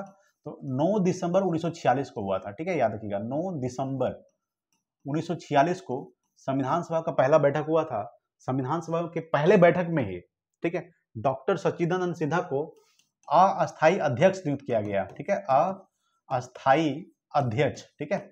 ये आपको ध्यान रखना है दोस्तों, ठीक है। अस्थायी अध्यक्ष नियुक्त किया गया डॉक्टर सच्चिदानंद सिन्हा को संविधान सभा के पहले बैठक में। 9 दिसंबर 1946 को संविधान सभा का पहला बैठक हुआ था। संविधान सभा के दूसरे बैठक में दोस्तों डॉक्टर राजेंद्र प्रसाद को, ठीक है। संविधान सभा का जो दूसरा बैठक हुआ था वो कब हुआ था? संविधान सभा का जो दूसरा बैठक हुआ, ठीक है, वो 11 दिसंबर 1946 को हुआ था। कब हुआ था? 11 दिसंबर 1946 को संविधान सभा का दूसरा बैठक हुआ था, जिसमें डॉक्टर राजेंद्र प्रसाद को अस्थायी अध्यक्ष नियुक्त किया गया, अस्थायी अध्यक्ष नियुक्त किया गया, ठीक है। ये आपको ध्यान रखना है। अगर बात करते हैं डॉक्टर भीमराव अम्बेडकर को दोस्तों, याद रखिएगा, प्रारूप समिति के अध्यक्ष कौन थे? ठीक है, प्रारूप समिति के अध्यक्ष, प्रारूप समिति के जो अध्यक्ष हैं, ये आपको ध्यान रखना है, ये कौन है? तो डॉक्टर भीमराव अम्बेडकर क्या है? तो प्रारूप समिति के अध्यक्ष है डॉक्टर भीमराव अम्बेडकर। पंडित जवाहरलाल नेहरू दोस्तों क्या किए थे? याद रखिएगा, ये इन्होंने उद्देश्य प्रस्ताव प्रस्तुत किए थे 13 दिसंबर 1946 को, ठीक है। 13 दिसंबर 1946 को संविधान सभा में उद्देश्य प्रस्ताव प्रस्तुत किए थे, उद्देश्य प्रस्ताव, ठीक है। उद्देश्य प्रस्ताव जो प्रस्तुत किया गया था, ठीक है, ये आपको ध्यान रखना है। उद्देश्य प्रस्ताव जो प्रस्तुत किया गया था, उद्देश्य प्रस्ताव प्रस्तुत किए थे, ठीक है। संविधान सभा में उद्देश्य प्रस्ताव किसने प्रस्तुत किया था? तो पंडित जवाहरलाल नेहरू ने। कब? 13 दिसंबर 1946 को। डॉक्टर भीमराव अम्बेडकर, ये प्रारूप समिति के अध्यक्ष। डॉक्टर शशिधर सिन्हा, ये अस्थायी अध्यक्ष नियुक्त किए गए थे। संविधान सभा के पहले बैठक में 9 दिसंबर 1946 को जो पहला बैठक हुआ था उसमें डॉक्टर शशिधर सिन्हा को अस्थायी अध्यक्ष नियुक्त किया गया। और जो दूसरा बैठक हुआ था संविधान सभा का दूसरा बैठक, ये कब हुआ था? ये 11 दिसंबर 1946 को हुआ था। तो दूसरे बैठक में डॉक्टर राजेंद्र प्रसाद को अस्थायी अध्यक्ष नियुक्त किया गया, ठीक है। ये आपको ध्यान रखना है। और उद्देश्य प्रस्ताव किसने प्रस्तुत किया था? पंडित जवाहरलाल नेहरू, ठीक है। चलिए अगला सवाल देखेंगे, 34 नंबर सवाल देखिए। 34 नंबर सवाल आपके सामने है कि भारत में परमाणु ऊर्जा आयोग की स्थापना कब किया गया था दोस्तों? तो भारत में जो परमाणु ऊर्जा आयोग की जो स्थापना किया गया था, याद रखिएगा, ये 1948 में किया गया था। कब किया गया था? 1948 में भारत में परमाणु ऊर्जा आयोग की स्थापना किया गया था।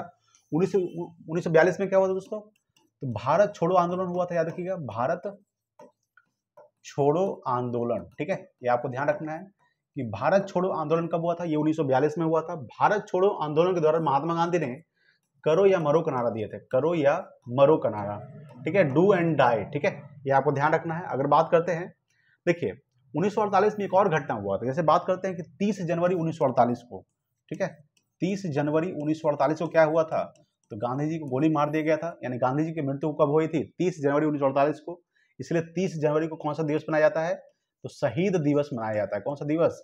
शहीद दिवस कब मनाया जाता है? 30 जनवरी को, ठीक है, मनाया जाता है शहीद दिवस, याद रखिएगा। 1935 की बात करते हैं तो 1 अप्रैल 1935 को, याद रखिएगा, आरबीआई का स्थापना किया गया था। 1 अप्रैल, ठीक है, 1 अप्रैल 1935 को किसका स्थापना किया गया था? तो आरबीआई का स्थापना किया गया था। आरबीआई, ठीक है, आरबीआई का स्थापना कब किया गया था? 1 अप्रैल 1935 को, यानी रिजर्व बैंक ऑफ इंडिया, ठीक है। और आरबीआई का जो राष्ट्रीयकरण किया गया था ये 1949 में किया गया था। अगर बात करते हैं कि आरबीआई का जो राष्ट्रीयकरण किया गया था, राष्ट्रीयकरण, ठीक है, इसको किया गया था ये 1949 में किया गया था, ठीक है। ये आपको ध्यान रखना है। आरबीआई राष्ट्रीयकरण 1949 में किया गया था। और आरबीआई का स्थापना कब हुआ था? 1 अप्रैल 1935 को हुआ था। 1938 की बात करते हैं, याद रखिएगा दोस्तों, ये फॉरवर्ड ब्लॉक पार्टी का स्थापना कब हुआ था? ठीक है, फॉरवर्ड ब्लॉक पार्टी, ठीक है, याद रखिएगा कि फॉरवर्ड ब्लॉक जो पार्टी का स्थापना किया गया था, ठीक है, याद रखिएगा, वो कब किया गया था? 1938 में किया गया था, ठीक है। ध्यान रखिएगा दोस्तों कि 1938 में किया गया था या फिर 1939 में किया गया था, थोड़ा सा आप कंफर्म होइएगा, ठीक है। फॉरवर्ड ब्लॉक पार्टी का स्थापना शायद 1939 में किया गया था, ठीक है, ये आपको ध्यान रखना है, ठीक है। अगर बात करते हैं, यहाँ पे समझ लीजिए थोड़ा सा, देखिए इसको हम थोड़ा मिटा देते हैं यहाँ पे, ठीक है। 1939 में शायद किया गया था फॉरवर्ड ब्लॉक पार्टी का स्थापना 1939 में किया गया था, ठीक है। थोड़ा सा हम डेट में कंफ्यूजन है, 1938 या फिर 1939, ठीक है। कंफर्म कर दीजिएगा दोस्तों कि फॉरवर्ड ब्लॉक पार्टी का स्थापना कब किया गया था, ठीक है। तो आपको ध्यान रखना है कि भारत में परमाणु ऊर्जा आयोग की स्थापना कब किया गया था? 1948 में किया गया था। 1942 में दोस्तों क्या हुआ था? तो भारत छोड़ो आंदोलन शुरुआत हुआ था 9 अगस्त 1942 को, ठीक है, 9 अगस्त 1942 को भारत छोड़ो आंदोलन प्रारंभ हुआ था, ठीक है। किसके द्वारा? तो महात्मा गांधी के द्वारा। और महात्मा गांधी ने भारत छोड़ो आंदोलन के दौरान ही करो या मरो का नारा दिए थे, ठीक है। ये भी आपको ध्यान रखना है दोस्तों। अगर बात करते हैं कि 1948 में एक और घटना हुई थी, 30 जनवरी 1948 को क्या हुआ था? तो गांधी जी की मृत्यु हो गया था, किसके द्वारा? तो नाथूराम गोडसे के द्वारा। उनकी छाती के ऊपर 3 गोली मार दिया गया था, ठीक है। तो 30 जनवरी को शहीद दिवस मनाया जाता है। 1935 1 अप्रैल 1935 को आरबीआई का स्थापना किया गया था। आरबीआई का राष्ट्रीयकरण 1949 में किया गया है, ठीक है। आरबीआई के वर्तमान गवर्नर कौन है? शक्तिकांत दास, जो 25वें गवर्नर है, ठीक है। ये भी आपको ध्यान रखना है। और अब कन्फर्म है दोस्तों, याद रखिएगा, कन्फर्म ही है कि 1939 में, या हम कन्फर्म हो गए कि 1939 में ही फॉरवर्ड ब्लॉक पार्टी का स्थापना किया गया। किसके द्वारा? तो सुभाष चंद्र बोस जी के द्वारा, ठीक है। ये आपको ध्यान रखना है। चलिए अगला सवाल देखते हैं, 35 नंबर सवाल देखिए। 35 नंबर सवाल बहुत इंपॉर्टेंट सवाल है कि प्रत्येक वर्ष विश्व जल दिवस कब मनाया जाता है दोस्तों? तो याद रखिएगा 22 मार्च को, ठीक है। 22 मार्च को दोस्तों विश्व जल दिवस मनाया जाता है। 22 मार्च को एक और दिवस मनाया जाता है, याद रखिएगा, बिहार दिवस, ठीक है।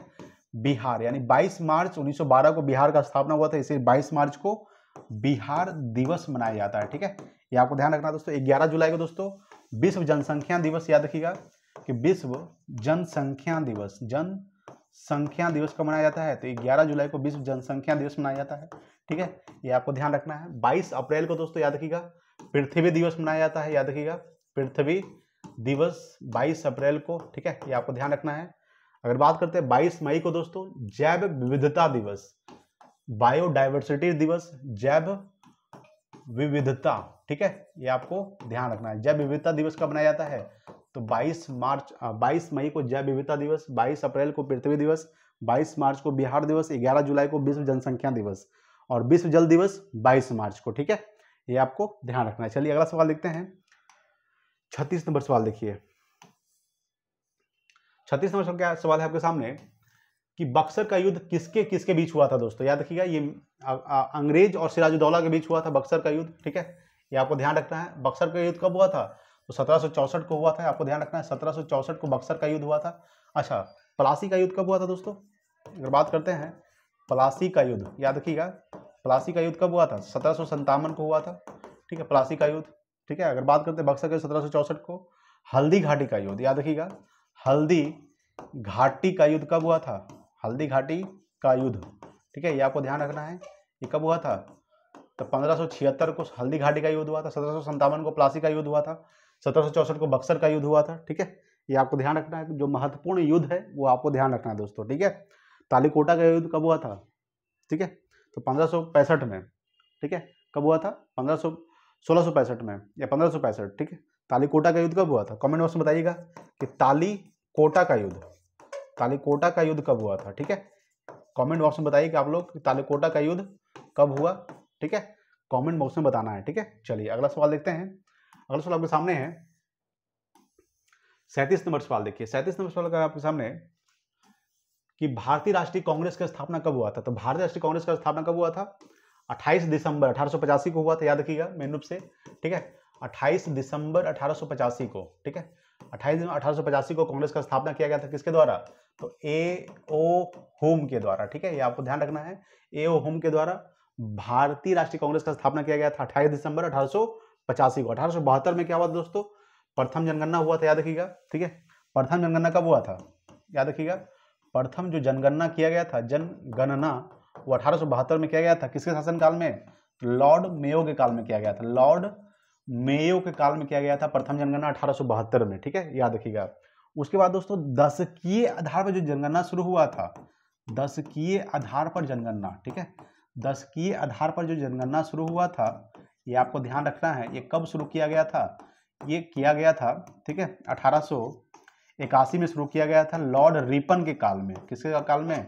लॉर्ड रिपन के काल में शुरू किया गया था दशकीय आधार पर जनगणना 1881 में। ठीक है, ये आपको ध्यान रखना है दोस्तों। अगर बात करते हैं कि सवाल क्या था कि भारतीय राष्ट्रीय कांग्रेस का स्थापना किया गया 1885 में किया गया था। ठीक है, 28 दिसंबर 1885। 1897 में क्या हुआ था दोस्तों? देखिए 1897 में दो घटना घट सकती है। सबसे पहला घटना कि 23 जनवरी 1897 को, ठीक है, याद रखिएगा, डेट याद रखिएगा दोस्तों, यहाँ पे लिख देते हैं 23 जनवरी। ठीक है, 23 जनवरी 1897 को सुभाष चंद्र बोस जी का जन्म हुआ था, इसलिए 23 जनवरी को पराक्रम दिवस मनाया जाता है। ठीक है, और 1897 को रामकृष्ण मिशन का स्थापना भी किया गया था। ठीक है, रामकृष्ण मिशन का स्थापना किया गया था। रामकृष्ण मिशन। ठीक है, किसके द्वारा? तो रविन्द्रनाथ टैगोर के द्वारा।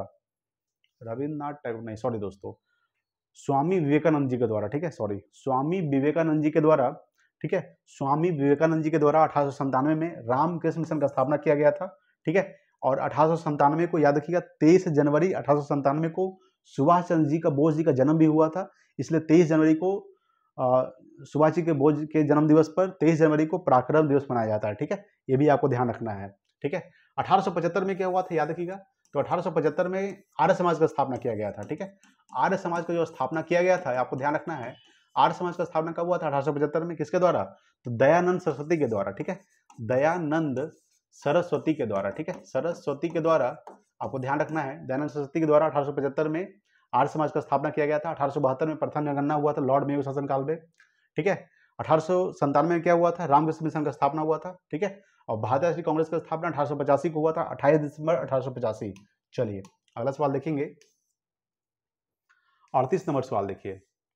38 नंबर सवाल क्या कह रहा है आपके सामने? 38 नंबर सवाल है कि प्राचीन नालंदा विश्वविद्यालय के संस्थापक कौन थे दोस्तों, याद रखिएगा। तो कुमारगुप्त प्रथम थे। कौन थे? कुमारगुप्त जो प्रथम थे, ठीक है, याद रखिएगा। ये मेन रूप से प्राचीन नालंदा विश्वविद्यालय संस्थापक थे। अगर बात करते हैं कि धर्मपाल ने किसका स्थापना किया था, तो विक्रमशिला विश्वविद्यालय की स्थापना किया था, ठीक है, याद रखिएगा कि विक्रमशिला, ठीक है, विक्रमशिला विश्वविद्यालय के संस्थापक कौन थे? विक्रमशिला विश्वविद्यालय, ठीक है, विश्वविद्यालय के जो संस्थापक थे, आपको ध्यान रखना है, विक्रमशिला विश्वविद्यालय के संस्थापक कौन थे? वो थे दोस्तों कौन? तो धर्मपाल थे, ठीक है। और कुमारगुप्त प्रथम जो है वो नालंदा विश्वविद्यालय संस्थापक, ठीक है। समुद्रगुप्त को क्या कहा जाता है? तो भारत का नेपोलियन कहा जाता है। याद रखिएगा कि भारत का नेपोलियन किसे कहा जाता है? भारत का नेपोलियन, ठीक है, ये कहा जाता है समुद्रगुप्त को भारत का नेपोलियन कहा जाता है, ठीक है, ये आपको ध्यान रखना है। अगर बात करते हैं कि चंद्रगुप्त मौर्य दोस्तों मौर्य वंश का स्थापना किए थे, याद रखिएगा कि मौर्य वंश का स्थापना किसने किए थे? मौर्य वंश के संस्थापक, मौर्य वंश का स्थापना हुआ था किसके द्वारा? तो चंद्रगुप्त मौर्य के द्वारा। कब किए थे इसका स्थापना? जो किए थे, कब किए थे? तो ये किए थे 322 ईसा पूर्व में किया था, ठीक है, ये आपको ध्यान रखना है। 322 ईसा पूर्व में मौर्य वंश का स्थापना हुआ था चंद्रगुप्त मौर्य के द्वारा। धर्मपाल ने विक्रमशिला विश्वविद्यालय स्थापना किए थे। कुमारगुप्त प्रथम ने नालंदा विश्वविद्यालय की स्थापना किए थे। और समुद्रगुप्त को भारत का नेपोलियन कहा जाता है, ठीक है, ये आपको ध्यान रखना है। समुद्रगुप्त जो है दोस्तों ये गुप्त वंश का शासक है। गुप्त वंश की स्थापना किसने किया था? श्रीगुप्त ने किया था। लेकिन गुप्त वंश का जो वास्तविक संस्थापक माना जाता है वो चंद्रगुप्त प्रथम को माना जाता है, ठीक है, ये आपको ध्यान रखना है। चलिए अगला सवाल देखिएगा, 39 नंबर सवाल।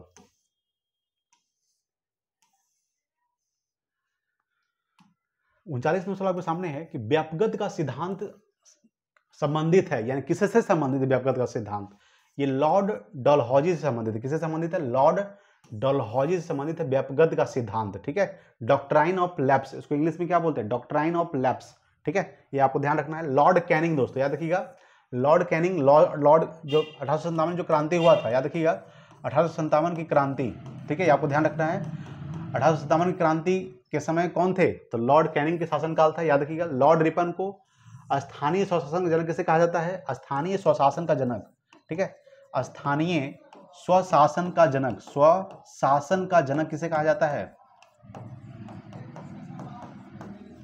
स्थानीय स्वशासन का जनक लॉर्ड रिपन कहा जाता है। लॉर्ड विलियम बेंटिंक दोस्तों, याद रखिएगा, सती प्रथा को अंत कर दिए थे, ठीक है, लॉर्ड विलियम बेंटिंक, सती प्रथा का अंत हुआ था किसके द्वारा? तो लॉर्ड विलियम बेंटिंक, और याद रखिएगा प्लस में राजा राम मोहन राय, राजा राम मोहन राय, ये दोनों के सहयोग से, लॉर्ड विलियम बेंटिंक और राजा राम मोहन राय के सहयोग से सती प्रथा का अंत कर दिया गया था। 1829 में कर दिया गया था, ठीक है, ये आपको ध्यान रखना है दोस्तों, ठीक है। तो लॉर्ड कैनिंग 1857 क्रांति किसके समय में हुआ था? तो लॉर्ड कैनिंग के समय में हुआ था। लॉर्ड रिपन को स्थानीय स्वशासन का जनक कहा जाता है। और दशकीय आधार जो जनगणना शुरू किया गया था वो लॉर्ड रिपन के समय में ही शुरू किया गया था, 1881 में शुरू किया गया था, ठीक है, ये आपको ध्यान रखना है। अगर बात करते हैं कि लॉर्ड डलहौजी दोस्तों, याद रखिएगा 16 अप्रैल 1853 को सबसे पहले प्रथम गाड़ी जो चलाई गई थी, ठीक है, 1853, कहां से कहां तक? तो मुंबई से थाने के बीच, ठीक है, कितना किलोमीटर? तो 34 किलोमीटर, ठीक है, ये आपको ध्यान रखना है, ठीक है दोस्तों, समझ गए होंगे। व्यापगत का सिद्धांत संबंधित है किससे? तो लॉर्ड डलहौजी, ठीक है, जो प्रथम रेलगाड़ी चलाई गई थी 16 अप्रैल 1853 को मुंबई से थाने के बीच 34 किलोमीटर, ठीक है, ये आपको ध्यान रखना है, वो लॉर्ड डलहौजी शासनकाल में ही चलाया गया था। चलिए अगला सवाल देखते हैं, आज का लास्ट सवाल दोस्तों 40 नंबर सवाल, ठीक है। चलिए दोस्तों, सवाल 40 नंबर की राष्ट्रीय स्वयं सेवक संघ का स्थापना कब हुआ था? राष्ट्रीय स्वयं सेवक, यहाँ पे सेवक होगा दोस्तों, ठीक है, राष्ट्रीय स्वयं सेवक संघ का स्थापना कब हुआ था? तो ये 1925 में हुआ था। कब हुआ था? 1925 में राष्ट्रीय स्वयं सेवक संघ का स्थापना हुआ था। संस्थापक कौन थे राष्ट्रीय स्वयं सेवक संघ के? तो केवी हेडगवार थे, केवी हेडगवार, ठीक है, ये आपको ध्यान रखना है। अगर बात करते हैं जो राष्ट्रीय स्वयं सेवक संघ का स्थापना हुआ था केवी हेडगवार ने किए थे, 1925 में किया था। 1923 में क्या हुआ था याद रखिएगा, तो 1923 में स्वराज पार्टी का स्थापना किया गया था, ठीक है, स्वराज पार्टी का स्थापना, स्वराज पार्टी का जो स्थापना हुआ था, स्वराज पार्टी का स्थापना कब हुआ था? ये 1923 में हुआ था। किसके द्वारा? तो मोतीलाल नेहरू एवं चित्तरंजन दास द्वारा, ठीक है, मोतीलाल नेहरू एवं चितरंजन दास के द्वारा। ठीक है, ये आपको ध्यान रखना है दोस्तों। ठीक है, अगर बात करते हैं 1921 में क्या हुआ था दोस्तों, याद रखिएगा, फिर से बता देते हैं, मोपला विद्रोह हुआ था। क्या हुआ था? मोपला विद्रोह हुआ था। ठीक है, ये आपको ध्यान रखना है। मोपला विद्रोह कब हुआ था? ये 1921 में हुआ था। कहाँ हुआ था? तो केरल में हुआ था। ठीक है, ये आपको ध्यान रखना है। 1928 में क्या हुआ था? तो साइमन कमीशन भारत आया था। Simon commission, Simon commission Bharat आया दोस्तों। कब आया था? भारत आया, ये 1928 में ही आया था। साइमन कमीशन भारत कब आया था? 1928 में आया था दोस्तों। ठीक है, तो राष्ट्रीय स्वयंसेवक संघ का स्थापना कब हुआ था? 1925 में। ठीक है दोस्तों, अगर वीडियो अच्छा लगा प्लीज लाइक कीजिए, शेयर कीजिए अपने दोस्तों के पास, और ज्यादा से ज्यादा दोस्तों सपोर्ट कीजिए, है ना। आज के लिए इतना ही, मिलते हैं अगले वीडियो में, तब तक के लिए जय हिंद, वंदे मातरम।